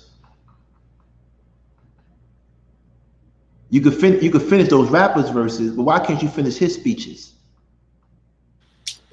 They don't value. They don't value. See, because a lot. Go ahead, brother. Finish it off. Finish it off, brother. No, I was just saying, because like people follow individuals that have, whether it be material things or whatever, but they have what they want. You know what I'm saying? So if they don't value that man's knowledge, or they don't value the knowledge of a Malcolm X or a Martin Luther King, then he doesn't have something to offer that they want, so they're not going to follow him. You know what I'm saying? They looking at these rappers with these gold chains, you know what I'm saying? These diamonds and these fitteds and these Jordans that they have on, and they value those more than they value being able to read.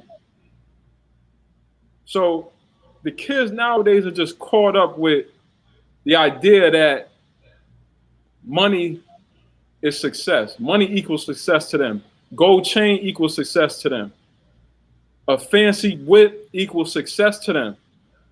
A diploma doesn't equal success to them because they don't value that. They didn't have the foundation of being brought up to where, you know, they had a male figure or someone to help them gain an understanding and an importance of the value of an education and what type of avenues that will open up for you. Or and another thing that's wrong with the kids nowadays is they want instant gratification. They want instant gratification. They don't want to grind. They want money the fastest and the easiest way that they can get money. Nobody want to hear, okay, let me invest this, and in 10 years I'll be a millionaire. They want the million right now, and they're willing to sacrifice their life to get it right now. Because the life they live in, they know they might not be here tomorrow. So they like, yo, I got to get that million right now. Well, I'm not trying to invest nothing. So these are the type of conversations that I have with the youth, and these are difficult conversations because it is difficult to convince someone to place a value on something that they don't value, to understand the importance of education because they don't value it, and then they don't see themselves, which is to me the most saddest part of it all. They don't see themselves even living that long to reap the benefits off of the money that they invested that they might not get for 10 years.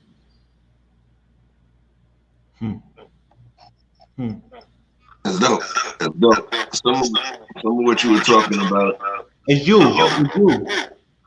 It's not me. The echo comes from you. Because when you start talking to Kane. Hello? I'm sorry? No, not you. I'm saying something now. Everybody press mute except for Yo. And don't get me wrong.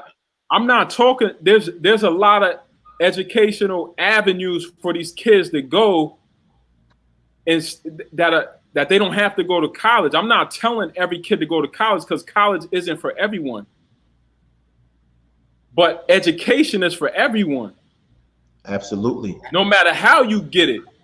Absolutely. Mm-hmm. You don't have to go to college. I'm not saying that. College didn't come out of my mouth. Yo, press mute.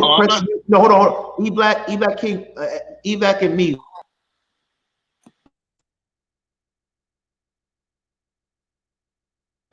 You muted, King. Yeah, I'm gonna be, me and E-Black are gonna be mute. Y'all two talk because I want to see where the echo is at. So continue to talk. Yo. Go ahead, sir. Yo. Yeah. Now, Can you hear me? Willie, I want you to mute yours real quick. You go mute. Yo. So what's coming through you? It's coming through yours, Will. Yeah, Willie just probably need to get some earphones. Because you might have a delay if there's some Bluetooth or something. There might be a delay Bluetooth speaker. Yeah, what happens is sometimes the speaker goes so loud it picks up the mic. 1 2 1 2 1 2 1 2. All right, your turn, Chef. Explain what, and E-Black, talk now because it was the echo. I'm sorry. Yeah, I see where Willie was coming from. I was trying to pull back earlier into it because Vaughn Bryant made a great statement too about the early development and when we're supposed to start instilling morals and values within our kids. We are the first teachers. We are the first ones responsible for building that moral code, righteousness, structure, and then of course our lady who is the helpmeet would be the one that instills the culture. So we are responsible for all of it. What I do believe is at some point, generationally, as we moved along throughout some of the generations, we began to either one, relinquish a certain amount of our parental controls, and then two, we stopped instilling what we considered currency to our children. And when I say currency, I'm not talking about something as flighty as money. When I speak on currency, I'm talking about what we consider important, what we consider valuable, the things that we know, that we would celebrate within something, a positive, the child having a positive moral compass. And even if nothing involving money or finance or gain takes place, we would still be providing that lesson. One of the things is us understanding the power of every moment we share with a child. The power of every moment, sometimes because we've had a longer life, we have a million moments that have passed. But for a child whose life has only been this amount, those moments are everything, And a lot of times we have to take the blame for the failures of our children because we're the one that is their guide. We're the one that creates the ecosystem for them to thrive. Perfect example. My friends that were Jehovah's Witness, right? My cousin that were Jehovah's Witness. There's a family event going on. The cousins who are not Jehovah's Witness may be talking about a song or dancing to a song. And then the cousin who is, they never heard it before. Right? And then the cousins be like, damn, you didn't know that song? And yeah, but what if that song was WAP? Right? If that song was WAP, the Jehovah's Witness cousin, were they harmed by not hearing that shit? Did it make them less cool? Actually not. So we see communities, we see cultures, we see religions, we see families that know how to protect their children within a certain way. Some homeschool, but doesn't even have to be that, that extreme. Understanding that each of those moments has a major impact, then you would take more of those moments, and it's not just about telling your kid one thing. It's about the repetition. It's, I work in corporate America. We talk about terms of training, setting expectations. and follow up, follow up, follow up. Inspect what you expect is one of the terms he used. Inspect what you expect. And sometimes you have to go back and recoach. That's your job. That is your job. It's not the school's job. It's not the state's job. It's not Nickelodeon and PBS Kids' job or Disney Plus. It's your job. Whatever other educational stuff that you can find, it's not their job. Those are tools that you would bring in to use to help with your job. So I fully agree with the original statement, you know, in terms of, is mommy and daddy the cause of it for the failure? I believe that mommy and daddy are the cause of it, regardless if it's single parent household or multi-parent household. Children are something special. Children at this point, once you create them, they are the future. They are the focus. I believe that a great degree of selfishness has transpired over the course of the last couple of generations, where our generations just, we can't give up the limelight. Technically, what's supposed to happen is once we've had our time and we have that child, the goal is not to you know, carry ourselves up. The goal is to pave the way, strengthen the child, and prepare them for their greatness. So the blame, I believe, will go to the parents. We are responsible for what we expose these children to. Yes, the world out there is the world out there. Talking about foundationally, we have to set that tone. Go ahead. Got mute. Oh, yeah.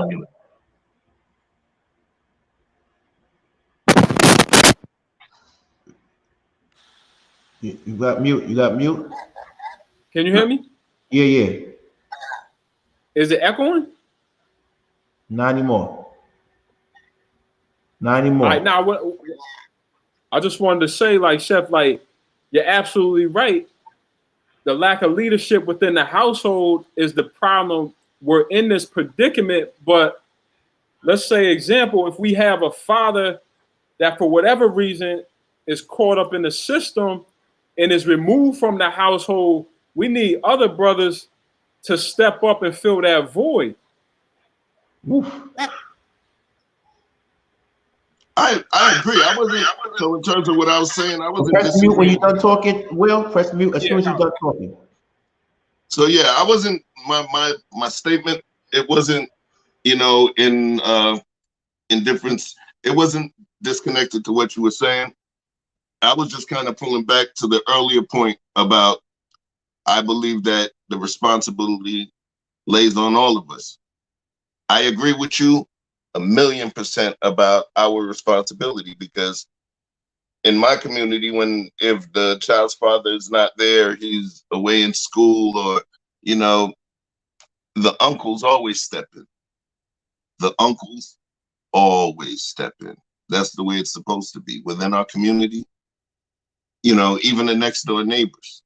You know, if there's a single mom living on the block and your son plays with their kid a lot, and you know there's no dad in the home, the beautiful thing would be for you as a man to invite that son there so that they would have some sort of positive male reinforcement. You know, I was just talking to the aspect of the child that has already failed, if you will. Where would we put that blame, you know? And I just was pulling kind of the blame foundation back to the beginning. Perfect example. Even if I was single, even if I'm married, my lady left, something happened, whatever, and I'm stuck, and I'm left, not stuck, but left with my daughter. I understand I'm a man. I cannot teach her how to be a woman. If I tried, I would only be trying to mold her into the kind of woman that I would want or whatever, but that's weird, and that's not something that I can do, which means I would be responsible for leveraging the ladies within my family, the ladies within the community, finding some other sort of influence to add into this whole growth suit that I'm trying to do for my daughter, you know. But at the end of the day, and I'm going to use a Chicago villain line, everything falls on leadership. Everything, you know, it goes and it falls on leadership. So if I am a leader and there is some sort of failure, then I have to own up to that and, watch this, Daryl, hold myself accountable for my perceived failure.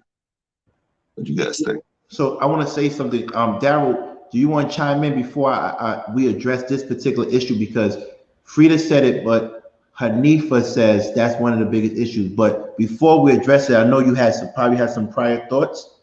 Yeah, yeah, I'm gonna be in and out low key because I got some stuff to do just like you today. But I actually want to reach out to Bolo. This is something I want to talk to him about personally. You know, off camera. And I told him that I'm reach out to Bolo with respect. Let me say something like this because I know that Willie probably, because he deal with a lot of young men, he know what I'm talking about. Being from Detroit, we never looked up to the teacher that had the brand new F-150. We never looked up to the plumber. In Detroit, there was two organizations that motivated my family, literally, to become what we are today. Young Boys Incorporated, Black Mafia Family. Those two organizations, right? Because, you know, mentors get on these platforms, not none of you guys, but they say these different things. But in the real world, people are starving. People go and they fill out job applications and they got to go back to their home and they starving. And then they see Demetrius Flanori and Terry and all these other people. Damn, these guys can not only feed me, they family, my kids, and everybody. And they do. That's why those gentlemen are respected the way that they are respected today. That's why they was able to commit those crimes 20 years later as a TV show with actors and people who went to Broadway schools playing their characters, telling their story. Why? Because in our city, I can't speak for nothing else outside Detroit, but in Detroit, we respect a certain amount of hustle. And also in Detroit, because of poverty, because of oppression, when the big three left and they took all those jobs, you know, to China and shit, that really affected black families. So I understand everything everybody's saying up here today, but I just want to bring up the ramifications of oppression and how that make young black boys do what things that they do. Because I bring up Bolo only because there was a moment where he asked K, are you trying to tell me that oppression and slavery and all that stuff make kids sell crack and dope? Yes. Yes. When we don't have the ability to go get the same jobs as our counterparts, right? But I can go out and I can pick up 28 grams and I can go flip that. I'm going to do it. And you know, that's just the facts. We got to really tap into these young boys. That's why I fuck with Dr. Dwayne Jenkins, my mentor. Shout out to Alpha Phi Alpha, because he started a group called Men About Change at Central Michigan University. And he brought me in because my attitude was way younger. Sorry, my attitude was way wilder when I was younger. Like, I don't take stuff now, but when I was younger, I was wild. I had my strap on me. I was in school strapped because I was so tapped into to like where I came from. You get what I'm saying? And he put me out of that. Look, bro, you don't got to be doing this. You don't got to be selling this. You don't got to be talking about this. You don't got to treat other black men this way. We got to be able to show black men that we can become powerful, that we can become rich, that we can control natural resources without the streets.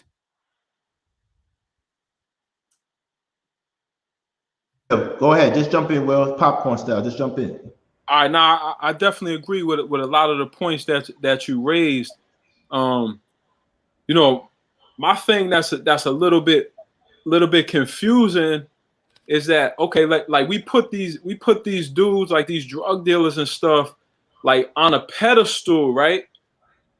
But once they get the end result, whether it be dead or in jail, like the damage that they doing is in the community and stuff, and to the black people, who they're selling the majority of their product to, that goes on for generations and generations.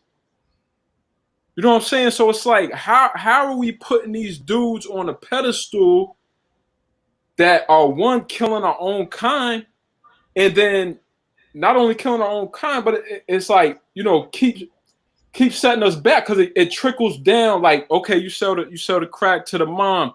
Now the mom has a son. Now he's born a crack baby. You know what I'm saying? Like, I get what you're saying. With the legal money, they're able to, you know, change a lot of lives and help struggling people. But at the same time, it's a catch-22, because at the same time they're building, they're destroying. I definitely agree with you, Willie, and there's really no points for me to push back on, except let me say this. The only problem, the reason why I brought up that side and the big meat side is because usually when people start to go to the youth, don't be like those guys. They can't really help them. They can't really help these niggas. It's just a whole bunch of lip service. They can't put money in their pockets. They can't do nothing, right? But see, the thing is, that's why I brought up power. Big Meech is in jail. Will any of us get online right now and threaten Big Meech right now? You know, go at it. But the reason why most of us will not. I'm not gonna speak for the men here, but the reason why is because they have established power, right? And black men, we don't get to see black men in positions of real power where people genuinely fear you, right? I can't say nothing about them guys, because if I say something about them, somebody gonna find me. You're not, and he's behind fucking isolation doors and everything. He still is powerful. He still can make money from that sale. He can make more money from that sale than the average, let's say, motivator speaker can make. And that money and power is going to influence families. It's going to put money in people, family, and really take care of them, bro. And I'm sorry that I'm not trying to push a narrative that we should be doing these things. So let me make that clear. I'm just making it clear that in my community, I had a whole bunch of leaders like Dr. Dwayne Jenkins, but he's a doctor, right? So he has a certain amount of power in his own, let's say, field. But when I was growing up, when I was a youngin', the doctors didn't stay in the communities. And one of the things that my father used to always tell me, that when he was younger, what's the boxer name? Muhammad Ali, Malcolm X, these men stayed in the community. Why? Because the young boys can go outside, and not only would they see, the drug dealers that were supporting the Black Panthers, but they will also see the king, the heavyweight champion of the world, and have a direct access to him. We don't have that no more. Everybody that graduate from school, everybody that graduate and they become somebody, they leave the ghetto, right? The Kuntans of the world. They leave the ghetto and they forget all the real Black people that need their help, that need their guidance, right? But then you have the Meeches out there. Hey, man, I'm sorry that those people left you. I'm sorry that you couldn't get an education because of how this country is set up. But you know what I am going to do? I'm not going to let your family starve. Here you go, young blood. Now, you know what comes with this game, right? Cool. But understand that you're going to take care of your family if you do this the right way. And that's why I say in my state of Michigan, and if we're being honest, in the state of Georgia, specifically Atlanta, they run those two different states. And Black men will listen to them right now. If Meech came into the live right now, young Black boys will listen to them before they come and listen to us, because those Black men over there have power, real power. And until we establish something that's like that, we can do a Black Panthers where it don't got to be, the streets affiliated. We can do a lot of different movements that don't involve the streets, but it has to be powerful. You know what I mean? Otherwise, they're not gonna listen to us. That's my opinion. No, you're absolutely right. I agree. I agree with the fact that if movements by men doesn't evoke a sense of, now I wouldn't use the word fear, but respect at the highest degree. The word that was used by Chef was honor. If they don't respect you, they're not going to listen to you. And I think the reason why they respected the greatest show ever of all time, Meech, is because, like, the first time I encountered BMF, I'm gonna be honest, was when it was 2004 or 2004, 2005, and they came to New York, Brooklyn, and they got all the Brooklyn dudes that were the shooters and the toughest guys, and they came out in I'm talking about cars, and they went to the club popping bottles. I have never seen, and I'm in New York, and I'm across the street from the venue. I can't go in here. I can't compete with them. So they had a presence about them. Yes, they did destroy communities. I'm not going to take that away from them, but they had a presence about them. Is it so? To you and Will, here's the question: is it the values? Do we need to change? Do we need to make a paradigm shift to what the children respect? Because they respect the Meaches and the Southwest T's coming up from the bottom, going and making it to the top, which is harder than being a neurosurgeon. To do what they did is 1 out of a million. So do they respect them because they were an anomaly? Why can't we get them to respect the neurosurgeons, the engineers? How do we change that? How do we make that paradigm shift? I'm gonna say this and then I'm gonna get out of here. Because I do respect Willie Dean's opinion. I think that we can come together and do some great things for the Black youth. But to answer your question, King, is at one point when we did have not Meaches, but we had powerful drug families, we also had Dr. Huey P. Newton, right? Yeah. We also had Malcolm X, right? The Honorable Elijah Muhammad. So, you know, at one point, Black men had the opportunity to say, we got two different systems and structures of power. One that's for the streets, right, and one that's political. Right. I get to choose which one I want to be a part of. Nowadays, they don't have that. There's no real political movement by a political man that's really invoking power to black people. But the Meaches of the world, like you just said, they can go in any state and pull out the 100 most realest niggas in your community. And that's it. I seen it. You can't tell me nothing. And that's what we need. Still doing the BMF sign to this day. Yeah, and that's what we need. Dr. King used to be able to do that. Huey P. Newton used to be able to do that. The Panthers used to be able to do that. Since the Panthers was eradicated by the FBI, was good, Bolo. I'm glad you came up. So, all right, so hold on. Before you Bolo address your have your conversation. Just to finish with like what we was talking about. First of all, free Meach, because I don't want to see any black men behind bars, and also free Meach because the power that he has, him being out, he has an opportunity to do good things with all of that power that he has. Yes. And he has the people's ear and their attention. And we need brothers like that out here that the kids want to follow. Yes. And I want to add on to that before they get into their discussion. I want to say free Latif Johnson, aka La Brim, founder of Bloodhound Brims, BHB. I want to also say free my brother Brendan Green. I don't want to say his other name. I just want to say free my brother Brendan Green. They are political prisoners, but they were out here. A lot of the young homies. So I don't want to say too much. The young homies will be following suit and do the right thing. I wish there was a program to give these men a chance to come back into the real world if they make a promise not to do any crimes anymore, to change these young men's mindset. I wish that was a program, right? Because these guys could possibly come out and save lives, you know. And I hope we could free my brother Brendan Green for real. He's doing 30. Free my brother like La Brim. He's doing 30. So please free them so they could make amends for the mistakes that they allegedly, the government says they've done, allegedly, because I don't think they ever did anything wrong, right? Right. Allegedly. But once again, to all those who claim anything, any gangs or any movements, everybody, especially my brothers who are Black Revolutionary Intelligent Militant Soldiers. If you break that down, you know what I'm talking about. Black Revolutionary Intelligent Militant Soldiers. Those who claim that, please stop the violence, stop the crime.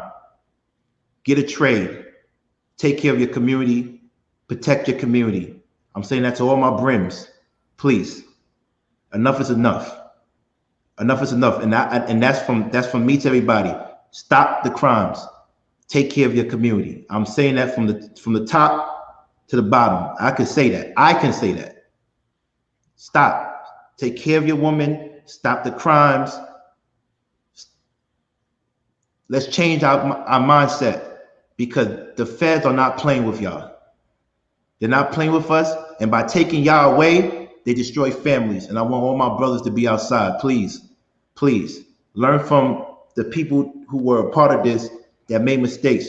I don't need everybody doing 30. I don't want anybody doing 30 days. Fuck 30 years, 30 days. Get off the streets.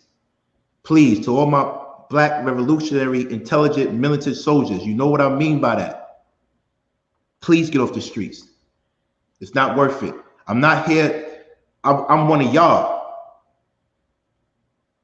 I'm one of y'all. I throw up this because I'm a Kappa. But in other hoods, I can still throw up this. I'm just letting you know that. In both worlds, I could throw up this. And I'm telling you, please stop. And the Kappa men who have the ability, access to colleges and jobs, help the other people that throw up this too. Try to turn from this to this, if you can. Please. Let's make it right. Thank you. Sorry for that. No, it's all good. Because what's going on, Bolo? Because I do respect Mr. Bolo a lot.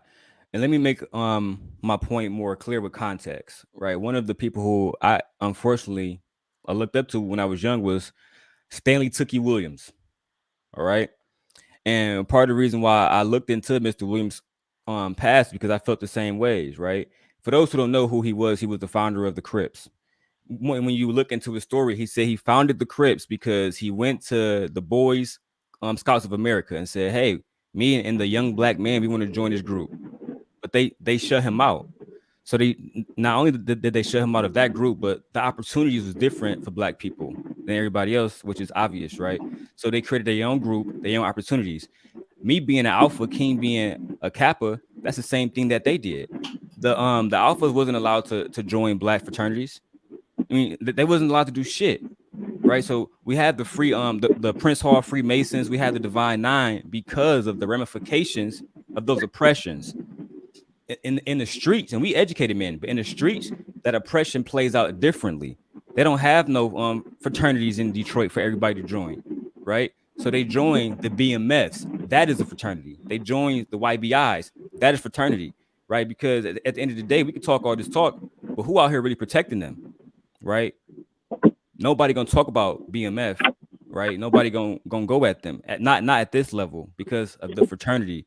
And I understand that. That's all I'm saying. I'm not saying it's right. I'm not saying that they didn't destroy communities, right? I'm just saying that the ramifications of the white oppression caused a lot of this. That's all I'm saying.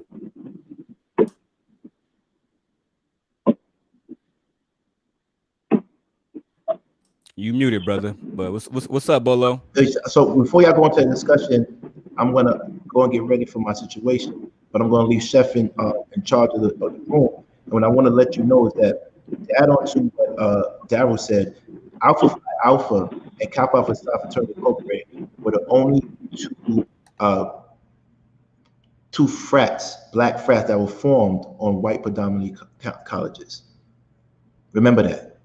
So it was a need for brotherhood, right? Cornell University. Indiana University, right? So what happens is, these two were formed in the places where we were not supposed to be at. And we found a way to make it happen. So we as brothers have to find a way for us to tell our younger men and women who are in the streets, who don't want to go to college, who don't care about college, to form brotherhoods and sisterhoods in order to advance in this world. But Bolo left. I saw he was driving. I think he might have just lost service. I don't think he would run from a conversation. Okay. Yo, how many channels? We the greatest show on earth. Oh yeah, how does Bolo look? on How the does Bolo look? internet to unmask Bolo. How does Bolo look? We And if I unmasked say Bolo. we unmasked How does Bolo, Bolo we got it. look? How does I he got look? a screenshot. We He an got- OG. Clip that. How does Bolo look? Clip it. He got the beard. He got the beard. I saw Yo, it. you know what's crazy? And Every the show we droppy. do, no, every show we do something that no other show has done. Today we unmasked Bolo. Yesterday we had 9 people on a fucking screen, woman, no arguing. Before that, we the first one to break 400 in like 5 days. It was like this is yo. I really love y'all guys, man. But I want to get Bolo to address what Daryl says. Until then, Can I say something? yeah, of course you can. It's your show. You can say whatever you want to say. It's I your just didn't show. want to You got describe. own it legally. It's still your show. All right. Well, you know, I've worked with Dr. Wade Nobles for 2 years, and we had a program in which we entered into different schools. Now, I was thinking I was going to enter the program. You know, I was going to go to the good schools, right? I thought I was going to go to straight Oakland Tech. You know, some good. Hold on, before you go. I think that's true though. I really think he got a call. Like, get off. But I'm thinking we about to go to like the good private schools. No, we went straight to hood. I'm talking about Rudsdale. I'm talking about the bottom of the barrel, statistically educational academies. And he did that on purpose because these were the children that were most needed. The schools that were doing good didn't need a service provider school. Now, what he did was so genius was he separated the women and the men. He said you're going to get 2 young men and 2 young ladies under the age of 25, and you're going to go into these schools. And you're going to talk about HIV/AIDS prevention. But at the same time, he developed a program which was about revolving around chances you take and the choices you make. And they were wrapped around, which is why I love they were wrapped around the ideas of the 7 principles of Ma'at. You know, belief, love, principles, reciprocity, truth, justice, harmony, balance. And being a young man walking into these schools, the hardest schools were the ones with the most educated kids. The schools that were the easiest and the most enjoyable and the most fruitful were the hard schools, the alternative schools, because the kids yearned for interaction with Black men. They yearned for it. You can see them wanting to have conversations. We would ask the question, and out of 30 students, we'd get 30 responses. Go to some of these other schools, you might get 5 kids because they were so entitled in their way of thinking. They felt that they knew everything. So I don't have a problem with talking to youth. We have to understand the mentality that the youth that are coming from a different disenfranchised backgrounds, they're yearning for something. They're yearning for the men to come in and talk to them. Hey, young blood, how was your day? Some of the times I walk into class and I get surrounded by 3 or 4 kids. Mind you, I'm only there for an hour. But they knew that we were there for an hour to do a service prevention that was revolving around talking to them and getting their responses. Not the math class, not the science class, not the English class. These classes were trying to imprint something on them. Our class was revolving around getting something out of them. So every time I talk about Black men, I always want to say, we have to return to our youth. We have to talk to our youth.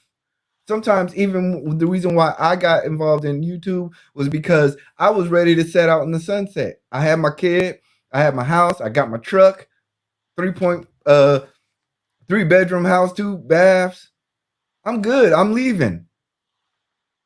But that yearning inside of me, knowing that there was more to give to this world, We have to do that. We can't settle. We can't sit here and get settled in financial gain and then only deal with those who are on our like.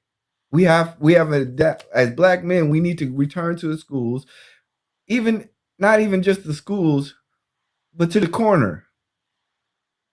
Not just the corner, but to the jails. Not just the jails, but to youth facilities. We have to not only do that, we have to gather the men together. That creates the environment. Because like I said, when I was doing this stuff, I seen it. It came clear. It unmasked my eyes of the world. So when I see young bloods wilding out, I don't see them wilding out. I see them yearning for connection to something. So like what Daryl is saying is that they're entering into this danger. Wilding out, homie. Some of them be wilding the fuck out. I ain't gonna lie to you. They be busting shots for no reason. Yeah, but they're doing it because they're just in a group with people who are encouraging that behavior. They're yearning for a internal burning desire to be heard in this world, to fulfill a promise that they know God has put on them. And that's why I talk about faith, is that I talk about faith because I know that God has put me here for a purpose. If you don't know what your purpose is, you will follow another man's purpose. So that's why it's so important. So when I want people to understand is that the subject was why are children wilding out. I wanted to add that little 2 caveats because I think we're missing the fact that men have to connect with the other young men and pass the baton of social behavior, and giving them the understanding of the chances they take with drugs and alcohol, and making sure that they have proper choice decisions in terms of how they develop their life, whether it be through education or through trade, whether it be through sexual activity or whether it be through how you develop a society. So, I really want I'm not going to get to rambling too much, but I really appreciate this conversation. I love the fact that Willie Dean is in the educational system. Daryl, he's actively trying to get more soldiers on the street. Chef is actively trying to enhance and train individuals. And King is just King, but he's trying to be a better man. Nah, you wrong. He's constantly trying to improve himself. Hold on. I've been doing stuff. You gotta really check my pedigree. Like, King, I'm fucking with you, King. Man, I'm fucking with you. He about to cam up now. Trigger alert.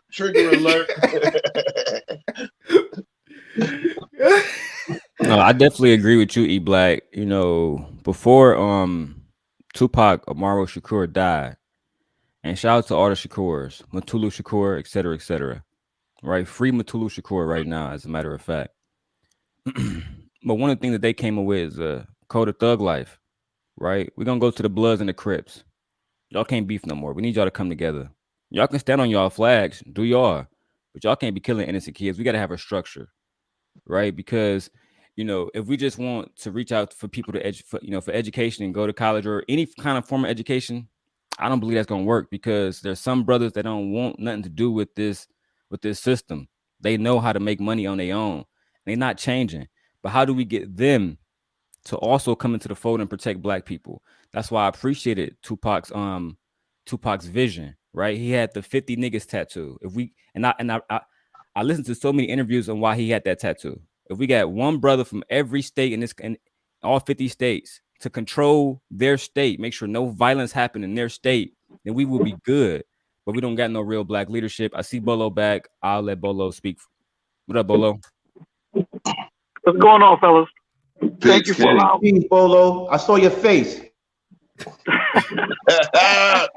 Exclusive, right? Thank you for allowing me on the platform. Thanks for blessing us, brother. I'm loving the conversation. They're not gonna like that, right? They're not gonna like that, right? Well, it's done on purpose. It is what it is. The word of God believes that no one belongs to no one. You need to delete that, King. King, you need to delete that. The internet got it now, Bolo. I know. It is what it is. What you gonna do? So, talk to me. I'm coming in. I heard you guys were talking about a whole lot of stuff. My Go position, ahead, brother. Mr. Bolo, was I understood that you had a conversation with Kay, and she asked you, do you feel like the ramifications of slavery and oppression was one of the reasons why young black youth was going out here and selling crack?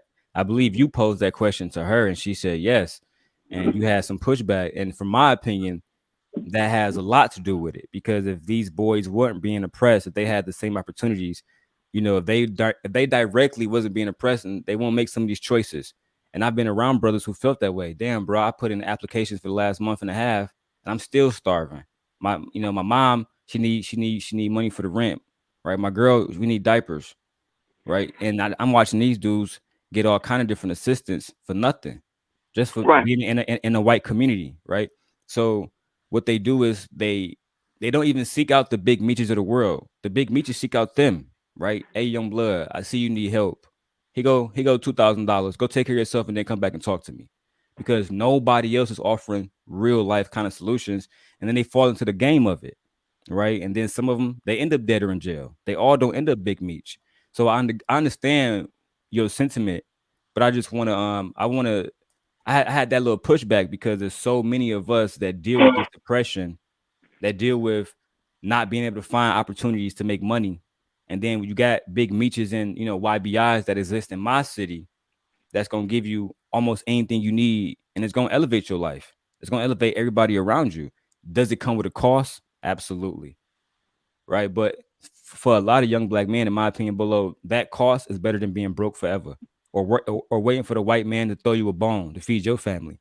They're not going to do that where I'm from. They're not going to do it. Well, I definitely appreciate your perspective. My pushback on Kay's and really was her that asked the question. The pushback wasn't that it doesn't have an effect on us as a people. I never said it didn't. If we listen back to the conversation that her and I had, it was never about whether it has an effect. It was about if that is the only effect. That was the conversation.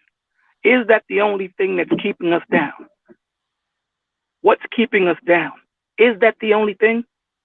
So when I look at the brother on the corner slinging rock, do I say the reason why he's slinging rock is because of slavery? That was my pushback. Is it the only reason? And I made sure to be very specific. Are you telling me that the reason why black and women are in this position that we're in today, is because of slavery? It's not because of the thought process, the mind. It's not the way we think. Now, do slavery have something to do with it? 100%, of course. I made sure I said that too. But to say that the reason why the black man and black woman is in the situation that they're in today simply because of slavery, I don't believe so. I don't believe it's only due to slavery. It's due to the way we think. It's due to the breakdown of the family structure. It's due to the thought process that you're saying. People being impatient, young men being impatient, seeing the way they live and saying, I got to get out, and not putting in the work to elevate their mind and elevate what they're supposed to do and get on their focus, because nothing happens overnight. And I believe it was one of the brothers on the panel that said, in this society that we have now, everybody wants things quickly. Nobody wants to put in the work. Nobody wants to go to school. Nobody wants to get the trade like you just said. Nobody wants to do that. Cats want to get that money now. They want to live now. It doesn't work that way. There's a lot of steps. Let me just say this one thing and then I'll let you rock. There's a lot of steps that you miss when you skip steps. And then when you get older, you're going to have to refer back to those steps that you miss. So why not do it right the first time? That was the point that I was trying to make. Not that slavery doesn't have a point to deal with why we're here. We started off wrong. No other nation has started off the way we have. None on this earth. That plays a part. But today, a lot of it comes from us. I so agree with you, brother. I so agree with you, Bolo. There's one of the pieces that I kind of wanted to push back to D on was I understand the slavery aspect and that took place, and we are still bearing the brunt of the impacts from that evil institution, right? But at some point, if we speak to the level of solutions, then we have to, if we really want to go forward, then we have to be consistent in terms of our movement for solutions. So I'm going to give you one piece. One of the reasons I don't totally believe that slavery is one of the reasons that is the main reason that brothers go out there and hustle. One thing I do understand is a full parent household or a two-parent household, it plays a significant effect. The flowers within that household, they create the culture and the the environment of nurturing for that child. The father brings a level of provision and protection, right? But in terms of the things you take with you, the father, because he provides that provision, he also creates the scale of what's considered value, or the scale or the hierarchy of needs within that family. When a father is there, because he is the provider and he knows that he has a budget and he has children to raise, there's going to be things that he cannot afford. He is the person that normally sets the level structure in the house. I'll give you one extreme. Everybody hates Chris. Remember Terry Crews when he played, what'd you call it, Chris Rock's Pops? Hey, turn that clock radio off. That's 12 cents an hour. Fathers within our community, fathers that were there and active, that taught us the value of a buck and all of those things, they showed the value structure. Daddy was the one with the best stuff. Daddy knew what the best stuff was. Daddy was the hero.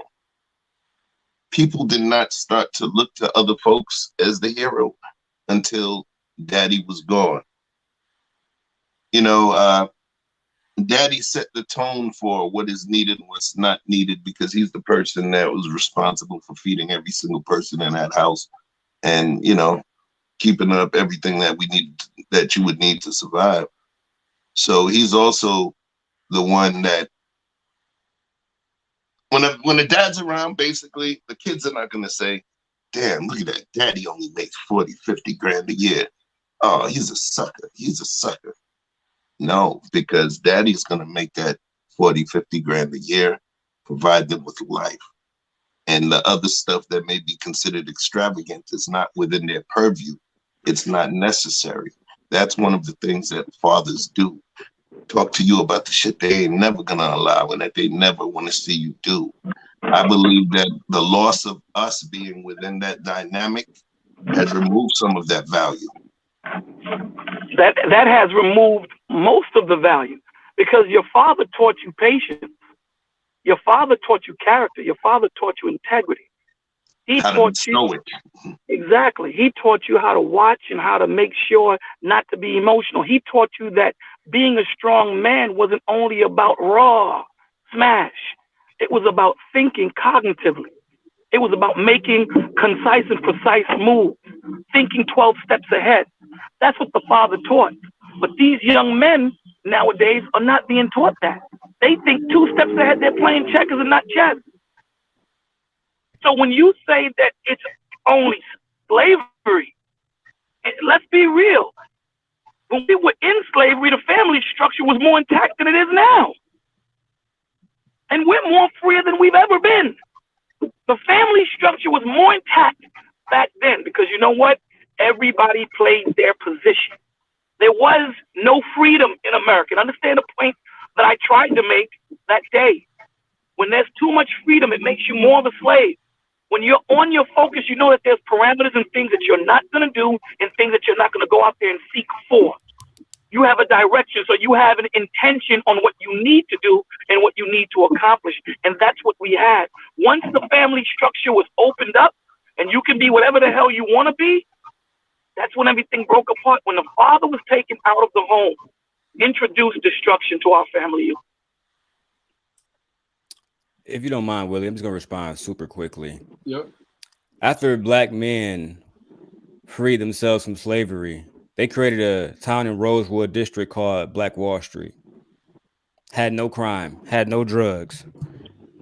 If that city had never been, let's say, touched by white oppression, we would have those men and women teachings for all of us. Dr. King comes, he tries to do the same thing, right? Dr. King took a bullet in Tennessee, right? So I understand what you're saying, Bolo.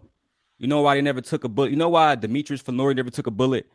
Because he has power, right? And fear.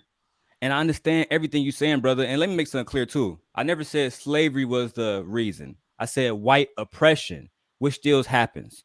White genocide that happens, they like them trying to kill us, that still happens. As a matter of fact, I brought this up to the gentleman a few weeks ago. I met a woman named Michelle Alexander, the very first black district attorney in the state of California who wrote the book, The New Jim Crow.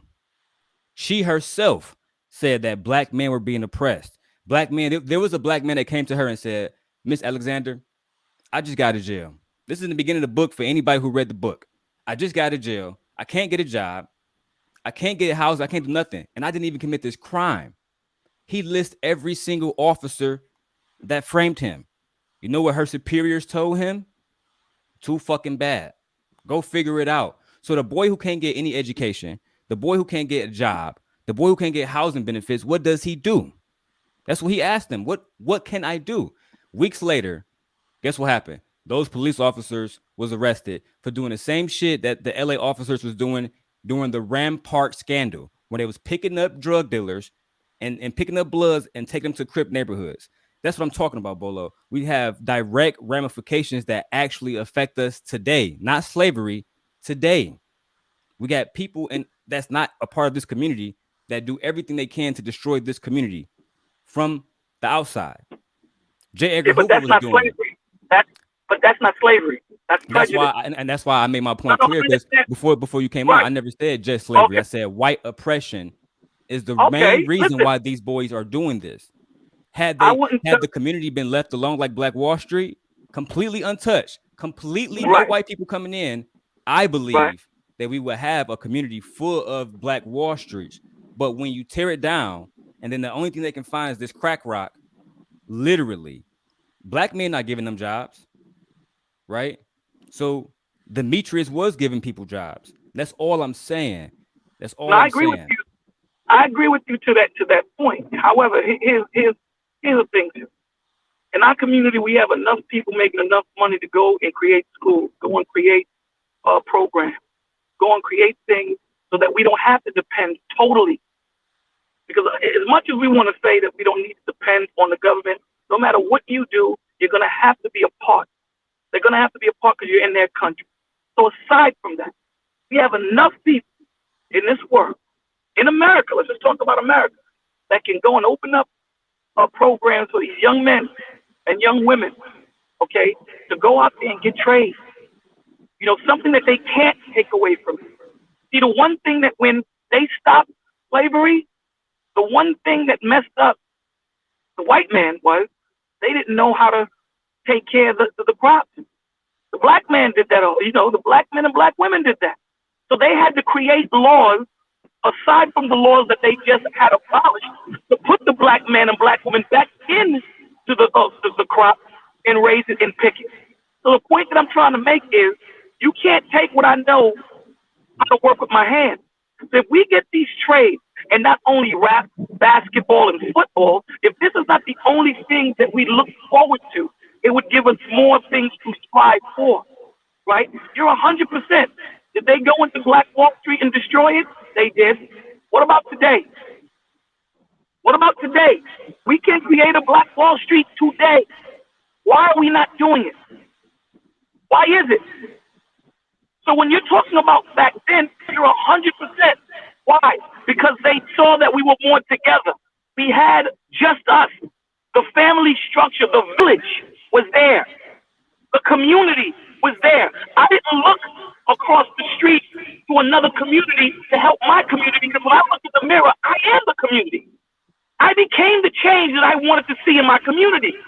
Right now, we wait to November to vote for that change to happen. So we have the money now to build Black Wall Street, but we don't. Why? Because all of the nonsense and all of the destruction that needed to be done is done now. They take the money and go to another community and invest there. When Black men and Black women, we buy the most. We buy the most, and it's a shame. I think in 2 hours, the Black dollar stays in our community. It might be less than that. 2 hours. So it's not about the white man doing what he's doing. It's about re-educating these Black young men and Black young women to say, listen, you are more than just the oppression that you've been put under. You are more than just the slavery. Now, everything you're saying, I agree with you. I'm not saying you're wrong. But what I'm saying is, I don't want that to be the end or be all when we talk to our children. It is hard for us to do it, right? Because we start behind the 8 ball. We don't have the same opportunities that white people have. I agree with you 100%. But there's enough of us out there making good money that they can come and start these programs and put us on the same playing field when it comes to paperwork. We'll never be on the same playing field when it comes to gas.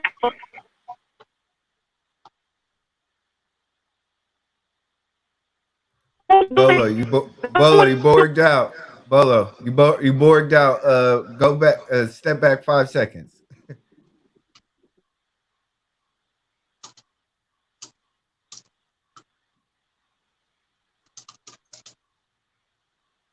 Yeah, I think he brought up some good points. We're gonna wait. We're gonna give him a second to see if he regains connection. I know. I thought he brought up. cut. Yeah, Willie was trying to jump. That's good, Willie. Yeah, now there was a lot of things that I wanted to speak on. The first thing I wanted to speak on is the reason I feel like there's not a Black Wall Street right now is due to the lack of togetherness in the Black community. Everybody is so worried about somebody else getting the credit or somebody wanting to put their name on it to get the acclamation. It's not about that. You know what I'm saying? Like let's have a community and everybody come together and be a part of the same mission without somebody having to be higher than the other person or somebody wanting to get the acclamation for doing something good. It's not about that. It's more important about the end result and how impactful it's going to be than somebody taking the credit and getting the getting put on the pedestal for starting it or creating it. Another thing, just to finish the other point I wanted to talk about, one of the problems that's going on with the Black families is let's not forget about the kids that are having these families in their teens, because the reason why that is so important is because these kids' brains haven't even developed yet. So their prefrontal cerebral cortex doesn't even develop until well into their later teens. So they're not even able to think rationally. They're not even be able to be developed enough to raise a woman, to raise a man, to understand how to treat a woman, to understand how to be a father figure, to understand how to be a leader. Their brain hasn't developed. It's a scientific fact that their brain hasn't developed to the point where they're able to think completely rational. Hey, I'm gonna ask a question. And I know the answer, but I just want to kind of give you. I want to lead you into something. Back in the days, the Black family did start younger.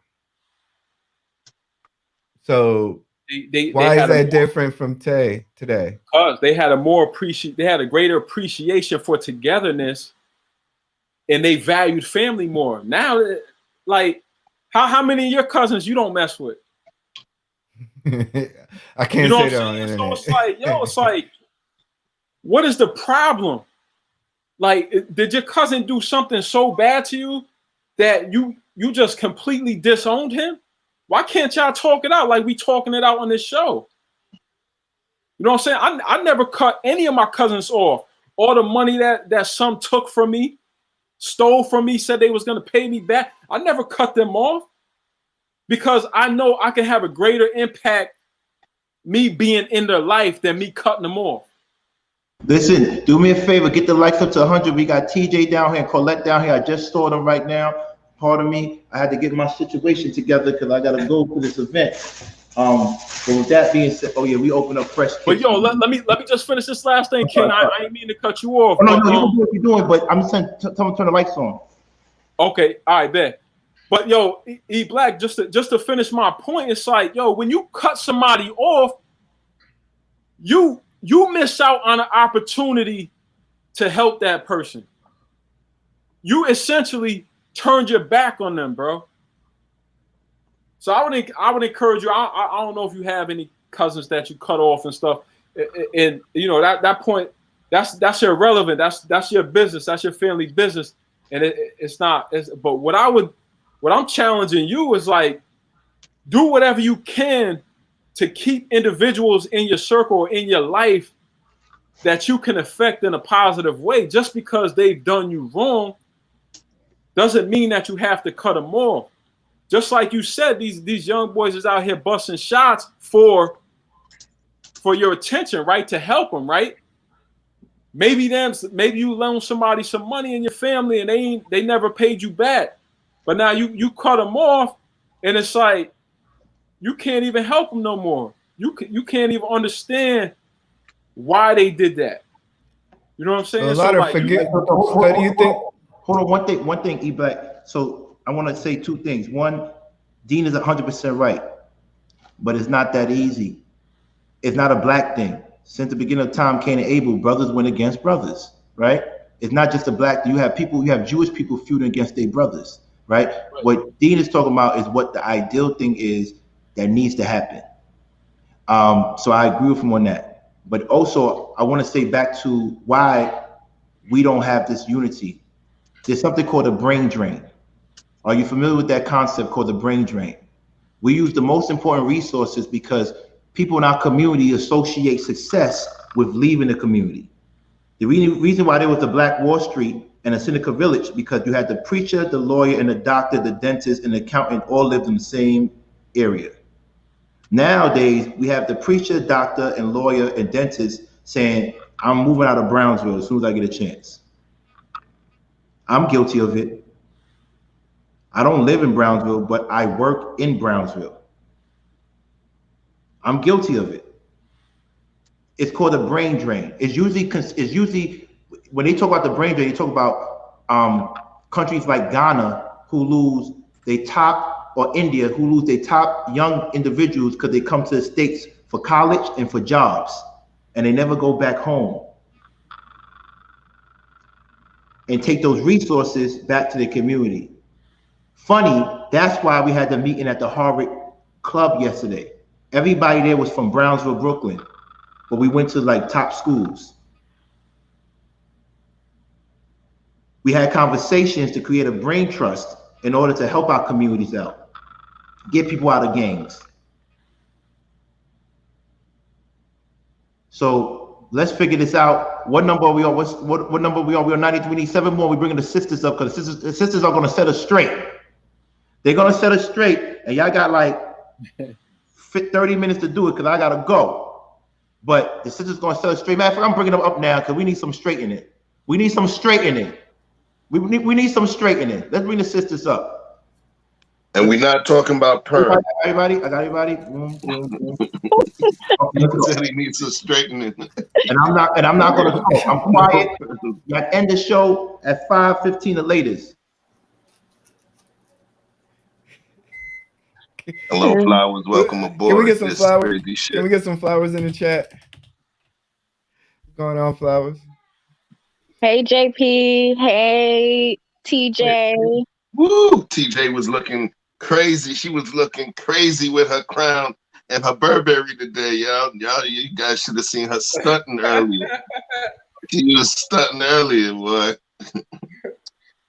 Hi, fellas. Thank you, King, for bringing me up. I'm Colette down here, and I just want to say that first of all, the conversation is amazing.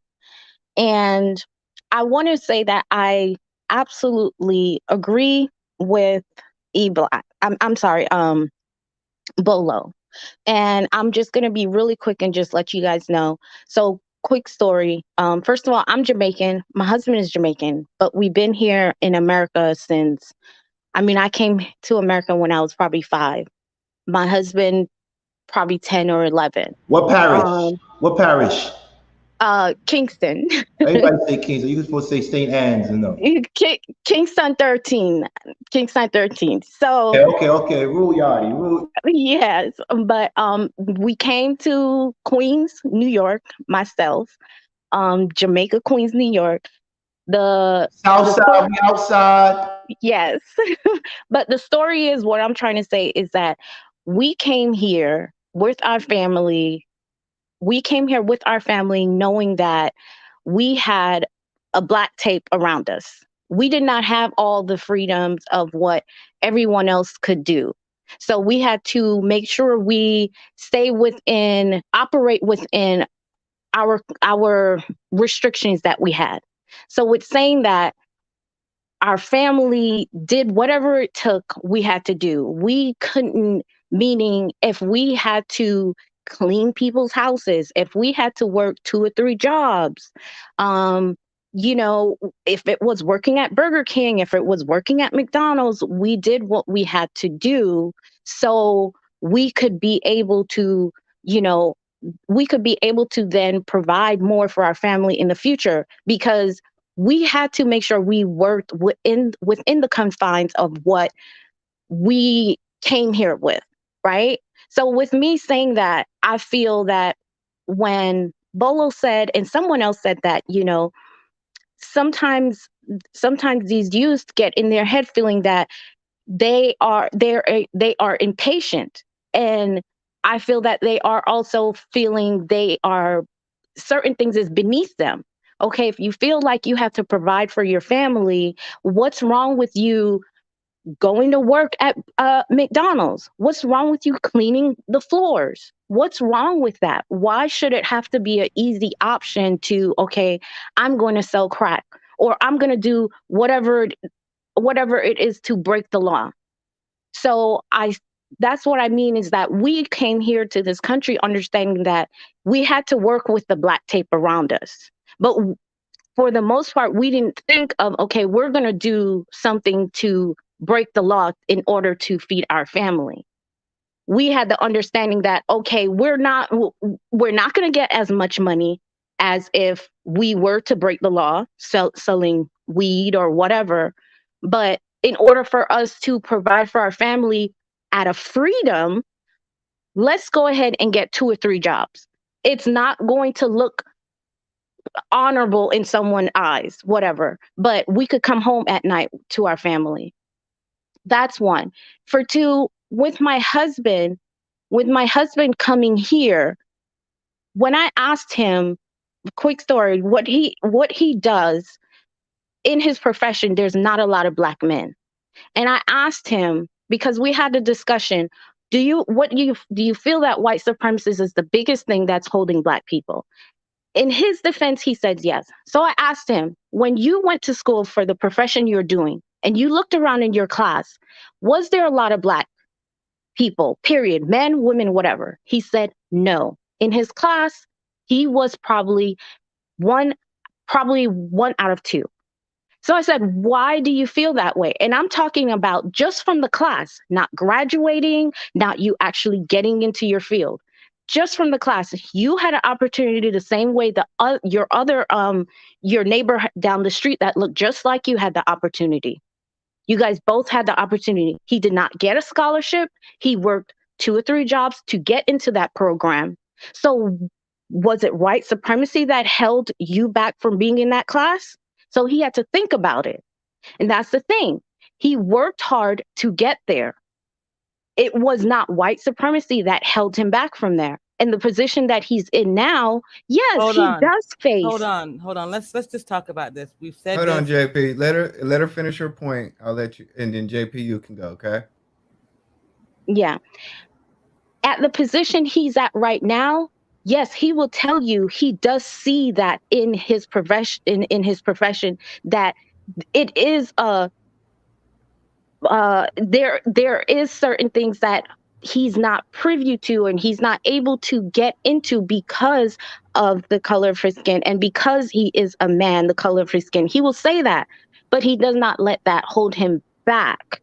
So it's not to say it does not exist, but to say that that is the biggest thing and that is why our community is, choosing this lifestyle. I would say from our own example, it is not. And that's what I had to say. Now, before JP talks, I want to remind everybody that we are on a time limit. We are literally, I hate to rush everybody off, but let's be respectful of each other and let's try to keep our points. I would love for more dialogue between each other. So if we can focus on a point and then move to another point, that would be great. And I know it comes at a bad timing, but we are under a time limit. I will say this again. There are conversations that are diaspora conversations, and there are ones that are not. This is one of those that is a Black American centered conversation, and I'll tell you why. Colette, the first thing that you said is my husband and I are Jamaican. We came here at such and such a time. You knew who you were. African Americans born in this country have no knowledge of who they are. They've been told they were slaves. They were told that they were runaways. They were told that they were useless. They were told everything but central to who they were. You came from Africa, but you don't know nothing about Africa. You can't get back there. You don't know how to be anything African at all. You have a particular need in this country as these people. So when we address the subjects, we have to address them in understanding that it does not deny the fact that the diaspora as a whole has a crisis on its hand. But our children, our future, the Black children in the United States, that is different. Those born of legacy, born here. I'm not denying anybody anything else, but understand that they go through something different. These children have a cognitive break at some point with their Blackness, with their religion, with their family, with a host of things, because they are indoctrinated into believing that they are worth no more than whatever lie was told to them when they were in elementary school about what it was to be a slave or Black in America. Okay, Yeah, man. so let's I want TJ to talk because, like I said, we are literally at a time limit. So we're gonna straight shoot a lot of stuff. I apologize, everyone. Okay. We're gonna pick it up tomorrow because Colette brought Colette and JP have a good conversation tomorrow about the Black diaspora, Africans, West Indians, and Black Americans, and the disconnection, which we gotta figure this shit out. Please. Okay, given all that, the question is now what? And the reason why I say now what is because I identify with what Bolo's saying. It's a contributing factor, but that's not the only reason. Let's be clear. When I was growing up in the 70s in Los Angeles, the family lived, if not in the same house, definitely on the same block. The community was there, like King said. And if we talk about slavery, my grandfather was born in 1910. So guess what? His grandmother was born in the 1800s. So let's be real. So the family start dissipating when we had the opportunity to go elsewhere. And we did. Because we thought over there was better. All these things that I said, contributing factors, yes. But now what? What you gonna do with it? My next point, immediate gratification. Yes, absolutely. A few years ago, my daughter was 15 years old. Go to my mother's house. My mother wanted to warm something up for my daughter because she wanted to eat. Put in the oven, old school. My daughter standing in front of the oven like she waiting for the bell to ring. Instant gratification. She said, honey, you can go sit down somewhere. Mama, we don't have a microwave. It's going to warm up. Instant gratification.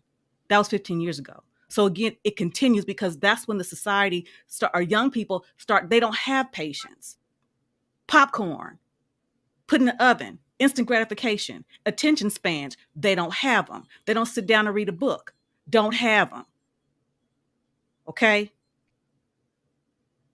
Is a white person responsible for that? Come on now. It's society. These are contributing factors. Yes, absolutely. Absolutely. I'll even brain drain. Oklahoma City moved to Oklahoma City in the 70s. Black neighborhood, straight up. It was basically a Black Wall Street, Northeast Oklahoma City. I go back to Oklahoma City now, I freaking cry. It's like a freaking ghost town. Everybody done moved all over the place. We had Black pharmacists, Black janitorial companies. We had all this stuff on the east side. Who's to blame for that? Just Who's to blame one for second. that? I blame us because we don't support each other. That's my point. So that's what I'm saying. Because again, when we moved to Oklahoma City, Northeast Oklahoma City was thriving. I mean, thriving. It was like a Black Wall Street. I go to Oklahoma City now, the Northeast side is like a freaking ghost town, like nothing was ever there. It wasn't passed on to the next generation to fulfill, like in King's case with his father. We moved away because we thought over there was better. So who's to blame for that? That's all I got. I mean, because again, these are all contributing factors, but now what? Now what? This is great dialogue. I'll say that. I agree. I agree, TJ. I agree. And that's the whole point is, okay, now these are the stipulations that we have in front of us. Can we work on the solutions? And that's why I said, okay, if we know these are what's up against us, we know that, okay, we cannot do certain things. What is it that we have control of and make powerful of? We have control of making sure that we do connect our families back together. What is this problem, this situation with the baby mama culture? You know, this, being able to, okay, it's okay for you to have a baby shower, but it's not glorified for you to say you're getting married first before you produce a child. That what talking about that from the conception of glorifying having families first, having the fathers, the mothers in the household first. So how do we do that? And one of the ways we do that by coming back together, because I just said, me and my husband are looking to buy a house. And I said, listen, we need to buy a compound and bring all our kids and live in the same house together like we used to do. We have to start to teach our children who they are, the strength that they have inside of themselves and their connection to the universe. No connection is greater to the universe than that of Black people to this earth. Full stop. Not Native folks, not nobody else. Black folks. We have to teach them to understand their legacy, their heritage, which goes all the way back to the first woman. We have to help them understand that their power is inside of them, not out here being validated by other people.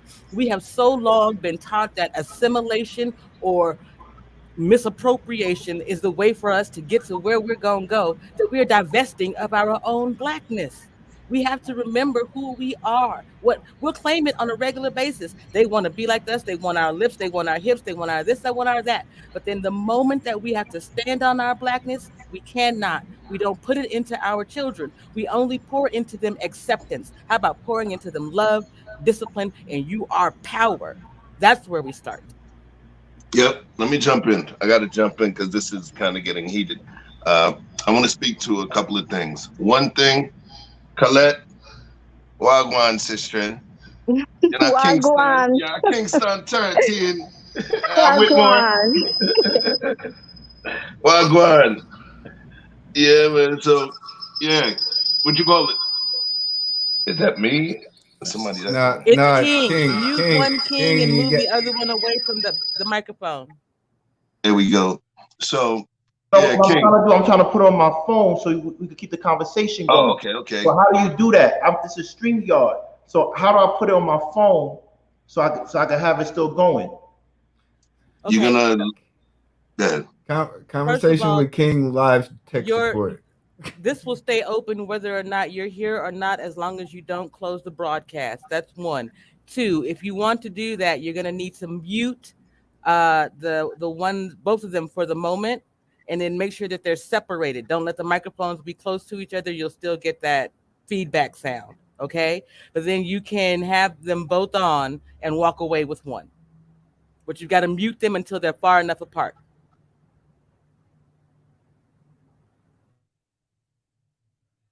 Look, I added myself right here, and I'm just gonna remove myself right here. Work with me because I don't know what I'm doing. Right. Yes, you're correct. You remove your computer one. There All you right. go. That's good.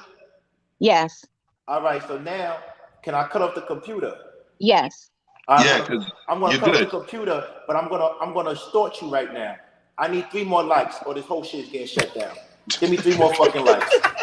Give me 2 more likes. I need 2 more likes. 2 more fucking likes. I'm shutting this whole shit down. He's like, yo, you got my likes in your pocket, homie. You got my likes in your pocket, son. Give me a like. He said he gonna push the button on us, man.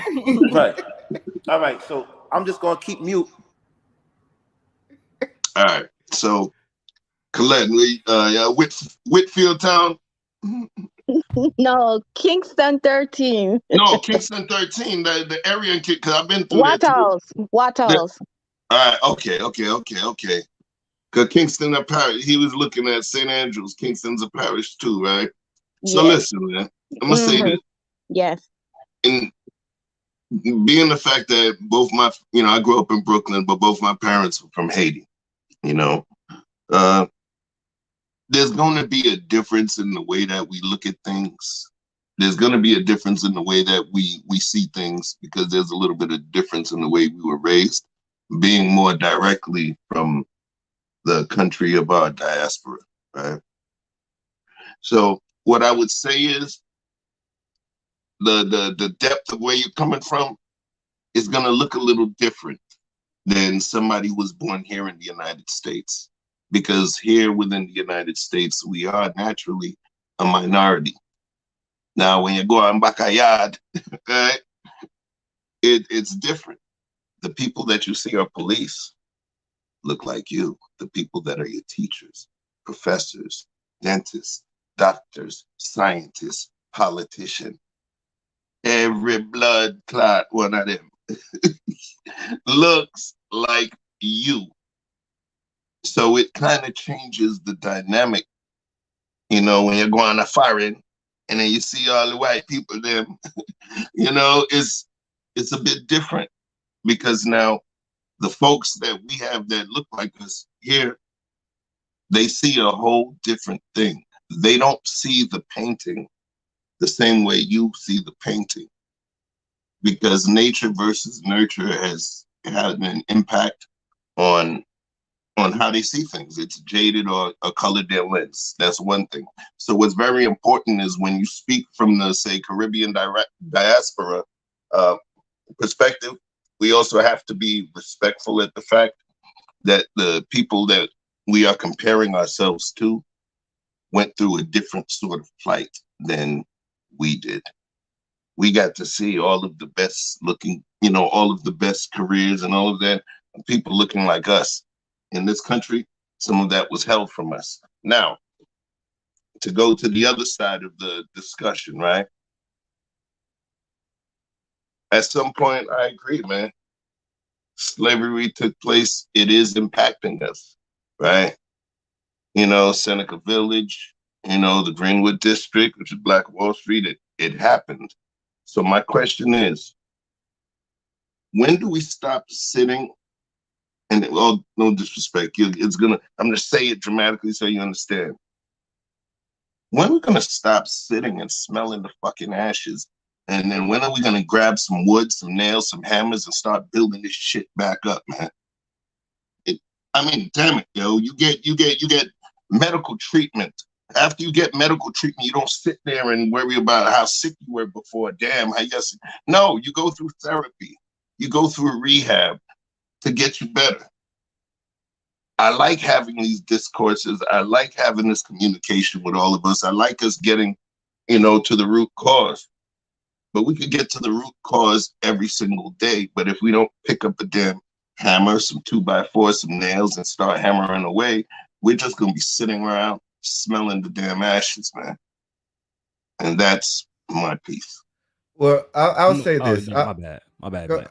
I might say something real quick, then I'm gonna get out of here. And shout out to everybody on the panel. 1985, John Africa lived in Philadelphia. John Africa was nothing like me. He had no smoke for nobody. He wanted black people to eat healthy. He wanted black people to understand that we had power, right? Create our own economy, et cetera, et cetera. You know what happened to John Africa in 1985, 5 years before I was born? They came in there, guns, took everybody out, babies, kids, didn't matter. Everybody who refused to come out, they shot the building up. After they shot the building up 2 days later, and people started doing what King talking about, what Chef talking about, let's go build it back up. You know what they did? They laced the building with C4. From my understanding, those are military, weapons. C4. They laced it up and they blew all the buildings up. Right? So if you go and ask the people in that community, why don't you go up and just pull up by your bootstraps and get the wood and build again? It's because of what I'm talking about. Every single time that black people have tried to do it peacefully or not peacefully, they have been met with aggression. So then what you gonna do, bro? So I mean, what you gonna do? You gonna arm up or we gonna lay down? I mean, that's what I'm saying, bro. I get what you're saying.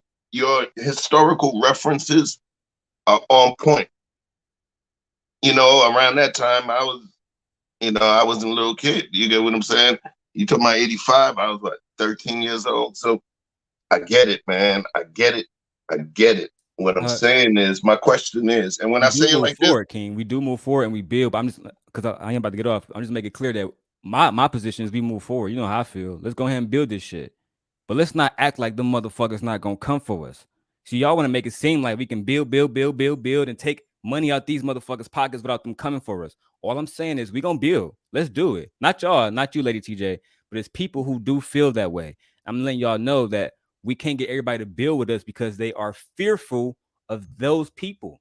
And until we make them people feel like y'all can come build with us, we can build Black Wall Street without y'all being destroyed again, they might not come under our umbrella. That's my piece. I feel like I need a hand to raise. Hold on. I know. I was just about to say that, great dialogue. I want to say this. What I'm hearing is two different dichotomies are saying one thing, are saying we need to establish a Black identity and thought so we can move forward. Another one is saying we've identified who we are and the problems, so let's start doing the work that is necessary. I want Hanifa to kind of respond to in that context. Good afternoon, everyone. As I was listening in, and because I'm totally solution-based, I am also a poet, so I tend to think in analogies oftentimes. So I want to come with, okay, first, as a Caribbean woman, I do want to put out there the diaspora. We have our own trauma from slavery. We do. Okay, it may not look exactly like African Americans' trauma, but we have it. Trust me. Okay, we have our own issues because of the institution, because of the Ma'afa. That's one. And then the second thing, to Bolo, he was saying I was trying to say in the comments, two things can be true at the same time. We could recognize the ripple effects of slavery, and we could come up with solutions to addressing those particular effects. These two, I think oftentimes when people say things like victim Olympics and so forth, I think that's a lot of gaslighting that's happening, and it doesn't allow room for the actual conversation to take place. A conversation cannot just be one-sided and focused on one thing. That is imbalance. Hanifa, okay? Hanifa, who says victim Olympics? I've heard it out there in the internet street somewhere. So what I'm saying is that we gotta be very careful in gaslighting each other when we are in these conversations. No matter how uncomfortable we get, we have to allow the conversation to take place, right? And the other thing I want to say is, how many generations removed are we from American slavery? Does anyone know? So if we about 5 to 6. If I was to, about 5, we'll go ahead. Okay, 4. Okay, so let's look at it this way, sweetie, right? If we were to count every generation as 1 year, right? 1 year. So we said 25, 25, 25. So we're for the age of Black people outside of slavery is what? 4 years old. Is that what we're saying? So what I'm trying to say is this: we need to be patient with ourselves. We are still growing. Just like we can have the conversation around a child who was sexually abused, physically abused, emotionally abused, right? And we see them at 17 and they're in the neighborhood cutting up. We could understand, right? Because we could connect the dots and say, well, that child's childhood was terrible, correct? We all can look and say, wow, I totally understand why that 17-year-old is acting the way they do, right? Because what? The trauma that was inflicted on them. So then if we are only 4 years removed from the institution of slavery in America, why do we think that we are somehow going to have this all figured out today? Do you know how long slavery went on? Do you know how traumatized our people are on a cellular level? We're talking epigenetics at this point. We're talking about intergenerational trauma. We're talking about trauma passed through bloodlines. And how do we begin to undo that? That is going to take time. So what do we need to do? We talk about solution, Mama TJ, okay? We talk about building communities. The first building block in a community is the nucleus family. We have to start by building our families. Because listen, when you shut your door behind you and you are enclosed in those 4 walls in your house, the white man does not have a say in your house in that sense. So if you're in there talking to your children like they're shit, if you're in there not showing your children love like you're supposed to, if you're in there disrespecting each other as husband and wife, right? When your children exit the house and leaves that front door, they are reflecting your household. That is not anybody else's fault. Facts. So we have to start there, and I am bringing solutions. We have to get our family structures in place. Our men need to take back their roles and their thrones. Our women need to take back their roles and their thrones. Women do not want the responsibilities of being the first teachers of children anymore. But you know something? We cannot get around it. We carry them in our wombs. They are learning while they are in our wombs. Exactly. And then we wonder why our children are walking around here feeling unloved. And you're saying, well, I do everything in my power. That's because when that child was in your womb, they knew you did not want them. Facts. You carried that stress on that baby, and that baby felt that. And then you birthed that baby, and that baby now is carrying that feeling of unwantedness. Why do I feel like no one wants me? And you're doing everything in your power. Because when you and the papa of that baby was arguing over your womb, that child was taking all of that in. We have to start with self, and then we have to start with our families before we even begin discussing communities. And that's what I wanted to bring to the table. Is this you better come on through? That You better come on through. Hey, yes. Hey, that was a great. That was a great thing. Willie, it hasn't been talking yet, and then we're gonna rotate right back around to Colette, okay? And then JP, then TJ, and then back to Chef. I'm trying. First of all, I like to thank you ladies for your perspectives. I agree with a lot of you ladies, and you know, a lot of the points that I was going to touch upon were already touched upon. So I'm not even going to take up any much more time. I'm just going to let some other people speak who haven't had a chance to speak as long as I have. But you know, I just wanted to make sure that I thank you ladies for your conversation and the value that you brought to the platform for the time that you've been on. And you know, before I pass the mic, you know, everything that I discussed and the questions and the problems that are going on within the Black community, I'm out here on the pavement and I'm backing it up with action. So I'm just not up here. I'm not up here talking. You could Google my name. Everything is official, you know. And just to touch upon like the lack of opportunities for our young kids, You know, that's one of the main reasons why I'm opening this STEM facility that's going to have a reading component, it's going to have a tutoring component, and it's going to have a wellness component to address the mental health issues, to address the trauma that the kids that our kids have gone through. And not only that, to try to deter the diseases that we are suffering from, whether it be diabetes and the things that we're ingesting in our bodies at a young age, just not knowing what the effects are going to be 10 years, 20 years down the line. So, you know, I just appreciate all the perspectives that you guys have been bringing to the table. I'm making note of all of this because I'm out here with these young kids. I'm out here creating things to deter, you know, history from repeating itself. So I thank you all.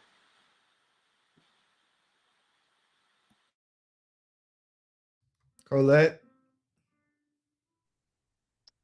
Yes, so I just want to say Nyla and Chef and TJ and JP, I mean, we are in E-Black, I think, and Dean, is it? Dean?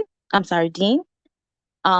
I think that we all are pretty much on the same page as really just trying to make sure we're providing solutions, which is amazing because me going around to some streams sometimes, or even, you know, reading in certain things, it's all about, okay, who went through the most, right? Who went through the most? Who's been hurt more? And it's like, okay, what is the solution? And I feel everyone on here in their own way is providing solution. JP on her channel, she opens up a lot of chat and she talks about these things, and she opened up her life and what she's been through and try to provide for solutions. TJ as well, you know, open up conversations with her daughter. You know, at myself as a wife on my channel, I try to talk about the positives of of marriage. Why is it so important? And I try to reach the young sisters out there, the young brothers out there that are feeling like, you know, having this, like I said, the baby mama culture is such a norm. And I agree with Nyla, and I agree with E-Black when we talk about saying that it starts from conception within our household. The white supremacist has nothing to do with that. If we could bring back the fact of us honoring, valuing the fact, if you're going to bring a child in this world, if you're going to bring a child in this world, honoring the fact that you must honor being married first, having that family structure. Having that family structure is important. So I talk about that being, what are the positives of that? So we could help. These are some of the solutions that we could do, and we all have our own solutions we could do in our own way. Myself, I can't do what Willie Dean is doing. That's not my gift that God's give me. You know, I can't do certain things but I can do in my own way. But we all can control our own household, right? So that is a solution, and I like when we're having these conversations, but keep it on solution base, right? Because we don't want to disrespect anybody. And yes, you are definitely right. There's a difference in coming from another country and coming here. There is a difference, but we're not against each other. We're trying to make sure, because on the outside, even though we come from a different culture, when we come out these doors, they don't look at me. I come from a different culture. I'm Black the same way you are Black. Yeah. So that's what I have to say. And you know, I'm proud of everyone here on the panel. This discussion is amazing, and I like having these discussions because this is what I try to talk about on my channel. Not in such ways, but providing this as a solution as well. So thank you so much for having me up here, guys. All right. So now that we've officially rotated, since I'm looking at the chat and everybody's talking about solutions. How about we do this? How about each person give at least the top 3 solutions that you would feel solves the problem, specifically on the topic of children in our community? Let me jump in here real Okay, quick go ahead. because I don't have a whole lot, but I'll say this, and I'm going to push back to Jordan Peterson. In order to have an impact on this world, or before we can have an impact on this world, we need to clean up our own room. If we are going to go forth and procreate, then we must understand that those children that we create when we lay down are also soldiers that will be fighting for or against specific causes in the future. We have to be vigilant in rearing our children and being consistent in terms of coaching, in terms of correction, in terms of nurturing. We have to be consistent, period. Okay. But we also have to be right within ourselves, because ain't shit people can potentially raise ain't shit kids. And those are the ones that go out into the community. As funny as it is, and maybe it sounds wrong when I say ain't shit kids, but you get what I'm saying. The kids that did not get what they were supposed to get from their parents, or if their parents were bad people, the kids that received all of that. Those are the kids that go into the community and go into the schools that make other parents want to keep their kids in private school, because they feel there's a layer of exclusivity to keep their children away from the progeny of evil people. So it comes back to clean up your own room. Make sure you understand what type of individuals you're putting out into the community. And if you have no children, but you are a good person, take your ass out into the community and impress that love, that brotherhood, that mentorship onto some of the brothers that you think may need it, whose pops are not there. Not saying to just go and knock on doors and minister to the young brothers that don't have dads there, no. But there's always a point of inference when you can give a lesson to a young blood or a young buck or the little homies. There's always going to be some point of inference. The point is, when you have that opportunity to open your mouth when they're listening, what type of shit are you going to tell them? What are you going to tell them? You're going to talk about sports, or you're going to tell them about something that you see where they might need to, move their life forward? You're going to tell them, yo, those J's are dope. Oh, where'd you get them? Or you're going to talk about something that you see that may make them a better person, or spread that seed to somebody else who may need it. So it's about three things. You said you wanted three, I'm going to give you three. Like, clean up on our own room and make sure we understand what we're growing in our petri dish, which is our child. What are we sending out there into that world? Secondly, going out and doing positive works, or being a brother to someone, or even being an uncle to, being a great uncle to your cousin or your sister who is a single mom, those things. So in the house, the public works, and then finally being a good person yourself, because you model the behavior, you model the monument that they will follow of fatherhood. So those are my three. And I want to repeat, we're going to give three solutions for children, and making sure that they are on based on the topic, not being out of control. So JP, you're next. Okay, so I got Chef's 3 as clean house, positive works, and service, right? Clean house, positive works and service, and then focusing on being the best you can be, being the appropriate role model. Okay. Being that good person that they can model their behavior after. Okay, so here are my three. One, I have a hashtag that says unpack your black. I tell every young man of color specifically, you can come sit on my porch and unpack your black anytime you want to. You want to talk about pussy, you want to talk about whatever it is you got going on in your life. Because I know out here in this world, you have no other opportunity once you leave your home to just simply speak in peace about who and what you are and what you think.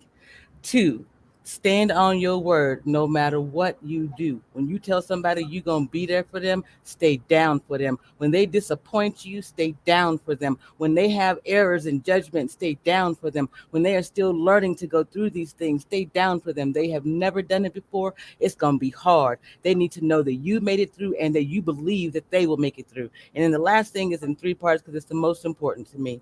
Protect the innocence of the little ones, mold the intellect of the juveniles, and respect the perspective of the young adults.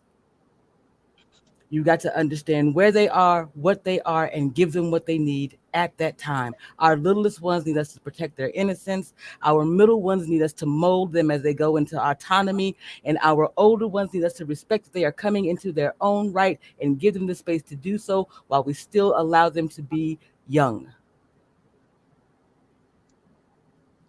Great.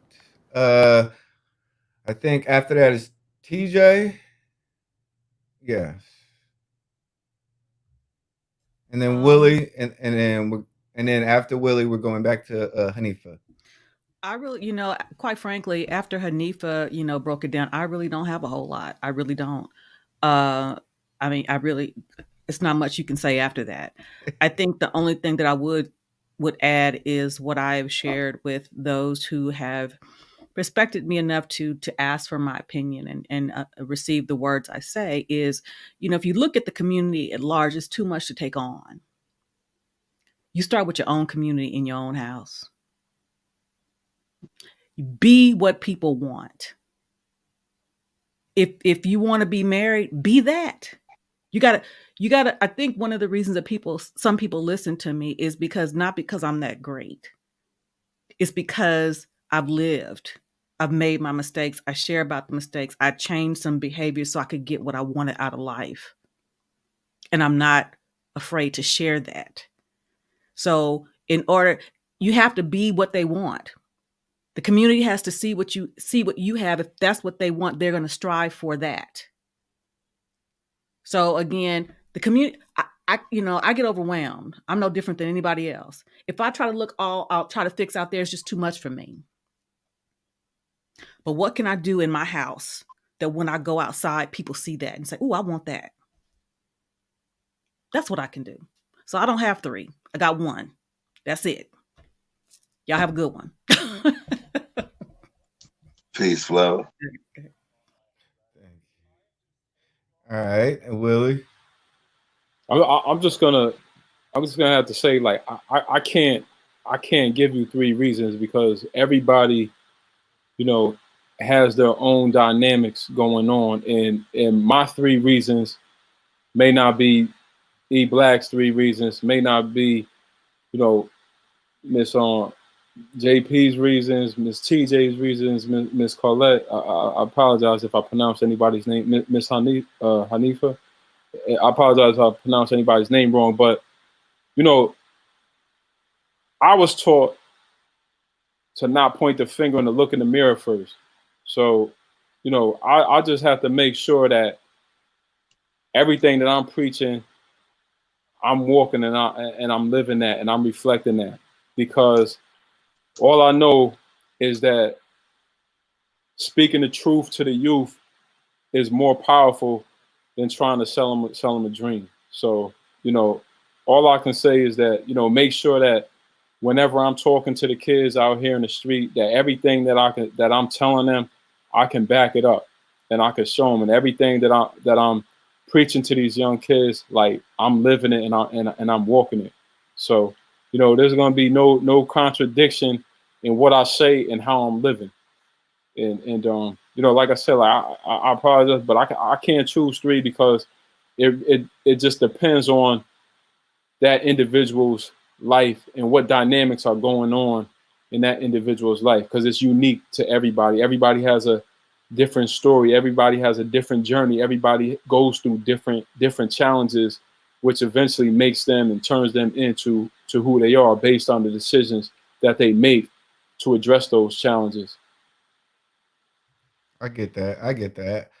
I think we're going back around to Hanifa, right?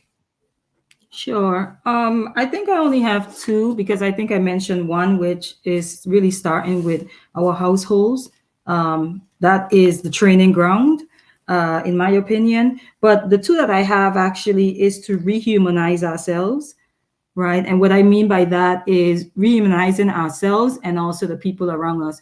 I think oftentimes when we talk about Black people, we talk about Black people having certain issues because they're Black, and that's not necessarily always true. It just isn't.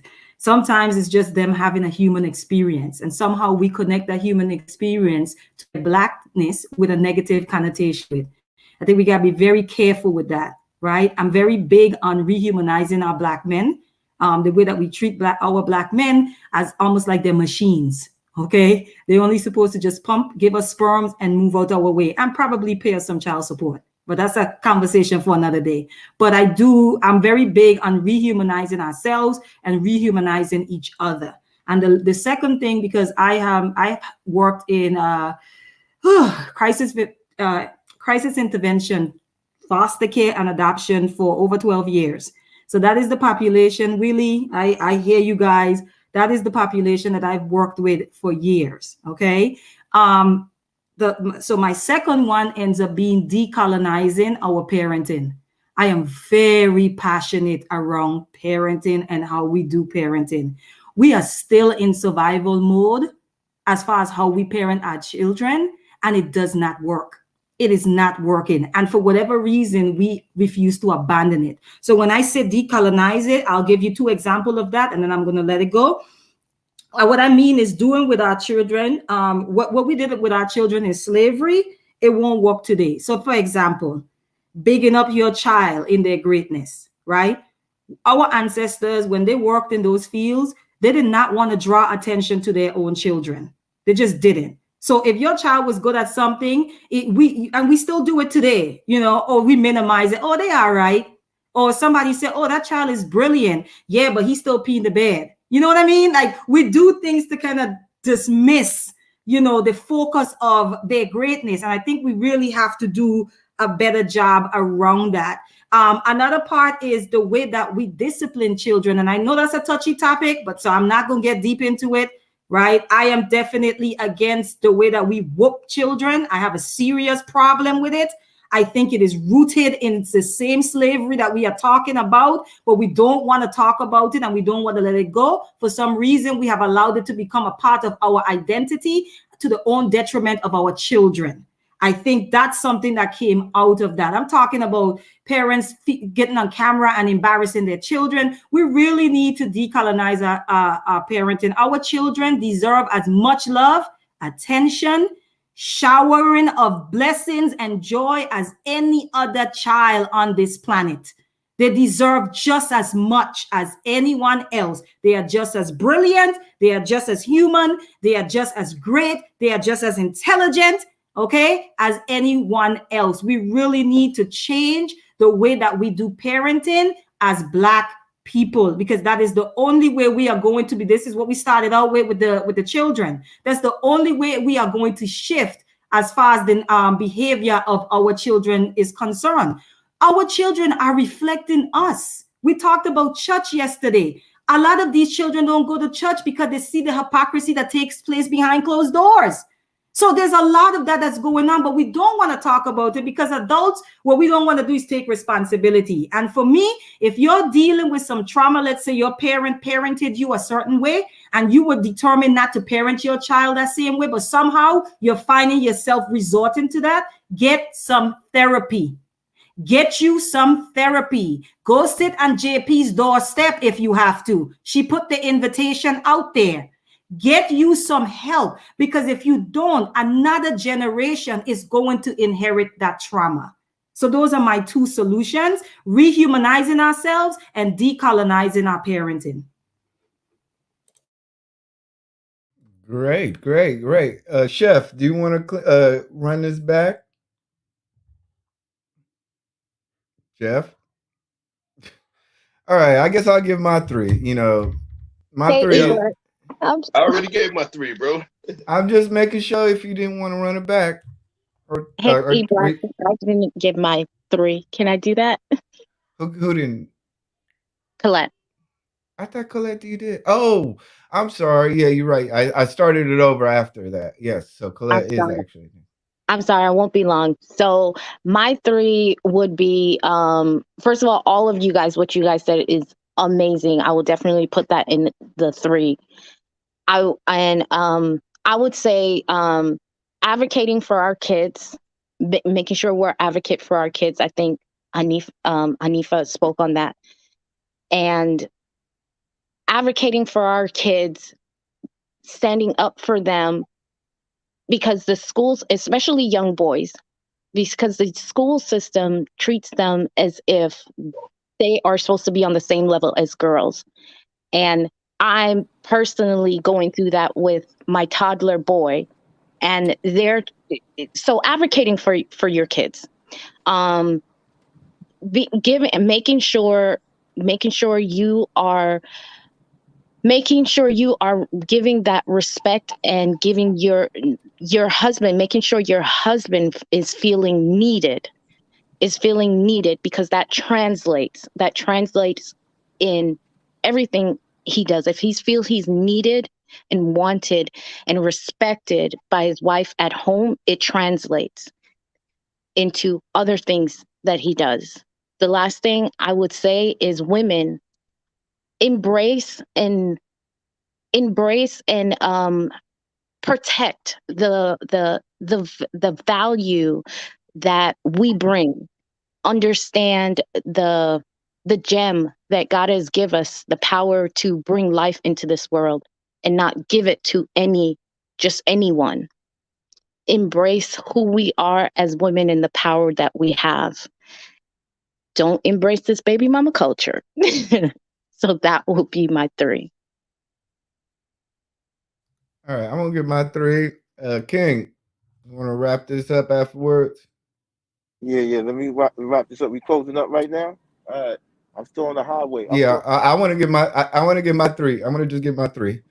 First of all, I think to get our children in order, I believe we need to have more black men present in all facets of education, black curriculums, black psychology, and black male thought, and also counseling. So that's one. Number two, I think we need to also black men need to return back to the community, not just to the school, but to the community. Get back into it.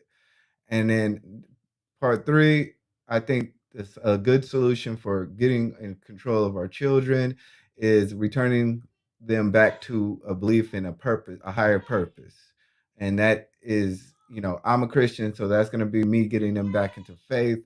If you have a different religion or spirituality, getting them more in tune to that, that's on you guys. But essentially, give them something that allows them to understand that they are here for a purpose, and that their value is needed to continuing this cycle of life, and making sure that we have a great human experience while we are here. So that's it. Close us out. My All right. daughter Thank looking you. at me. Yeah. Thank you so much. We're gonna close out. I want to say I love all y'all, and New York loves y'all. New York loves y'all as well. Um, things I want to solve the issues in our community is step up, step up, and most importantly, men step up. Men, if we are leaders, we determine the culture. Listen to the advice of women. They must sit on the same tables that we sit on, because we need to know what they need from us. And once we figure out what they need from us, we have to rise to the occasion. Men, we have to rise to the occasion. They're the fathers, but the husbands, men, step up. Stop complaining and step up. Listen to these ladies. Understand them. Listen with your heart. Listen with your heart. Listen with your mind. Most important, listen with your spirit to these ladies, and let's give them what they need to have real. We have to do it together. No one's better. There's no manosphere. There's no woman's sphere. It's just our world. We have to work together. Period. That's the only way it's going to work. Because what's happening now is you're gonna have a bunch of women out there sharing one man. And I like that personally. If you want to keep on living like that, I could do that. But I'm joking, guys. I'm joking. But seriously, we have to really just take care and make sure our families together. And I think the men have to step up. That's my solution. Men just step up, please. So, Chef, end the situation, please. Oh, I already gave my piece on that. Yeah, But just listen, close it out. yeah, I got you. I definitely want to thank each and every rock and flower, or flower and rock, ladies first. Each and every flower and rock that joined us in the garden today. I think we we turned up a lot of land, and we uprooted some soil, and we started kind of studying the the content of the soil that we have, and to strengthen our outer garden as well. So I think we did a lot. We broke things down. We got some really good debate going, and that's the most beautiful part, is the discourse that we had. It's a beautiful thing. No weapons were pulled. Nobody got called names. Nobody cussed at each other. No ad hominem attacks, except on them other guys. And don't send Black Thug $5. Say that again? Don't send him $5. Yeah. Don't send him $5, because over here we work. So what you can do is say, how can you earn $5? Black men don't panhandle. Exactly. We're not panhandlers.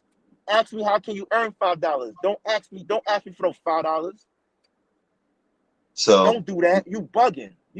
This is not no panhandling stuff. Watch this. Go and get some subscribers, and I'll give you $50. Give me 10 subscribers, I'll give you $50. What the fuck? You asking for money? So yeah, I'm gonna take that energy, and let's close it off like this with a quote that I made earlier. If we're about building this build, man, are we gonna sit around and smell the ashes, or are we gonna pick up a fucking hammer, nails, and some wood and build and rebuild this shit?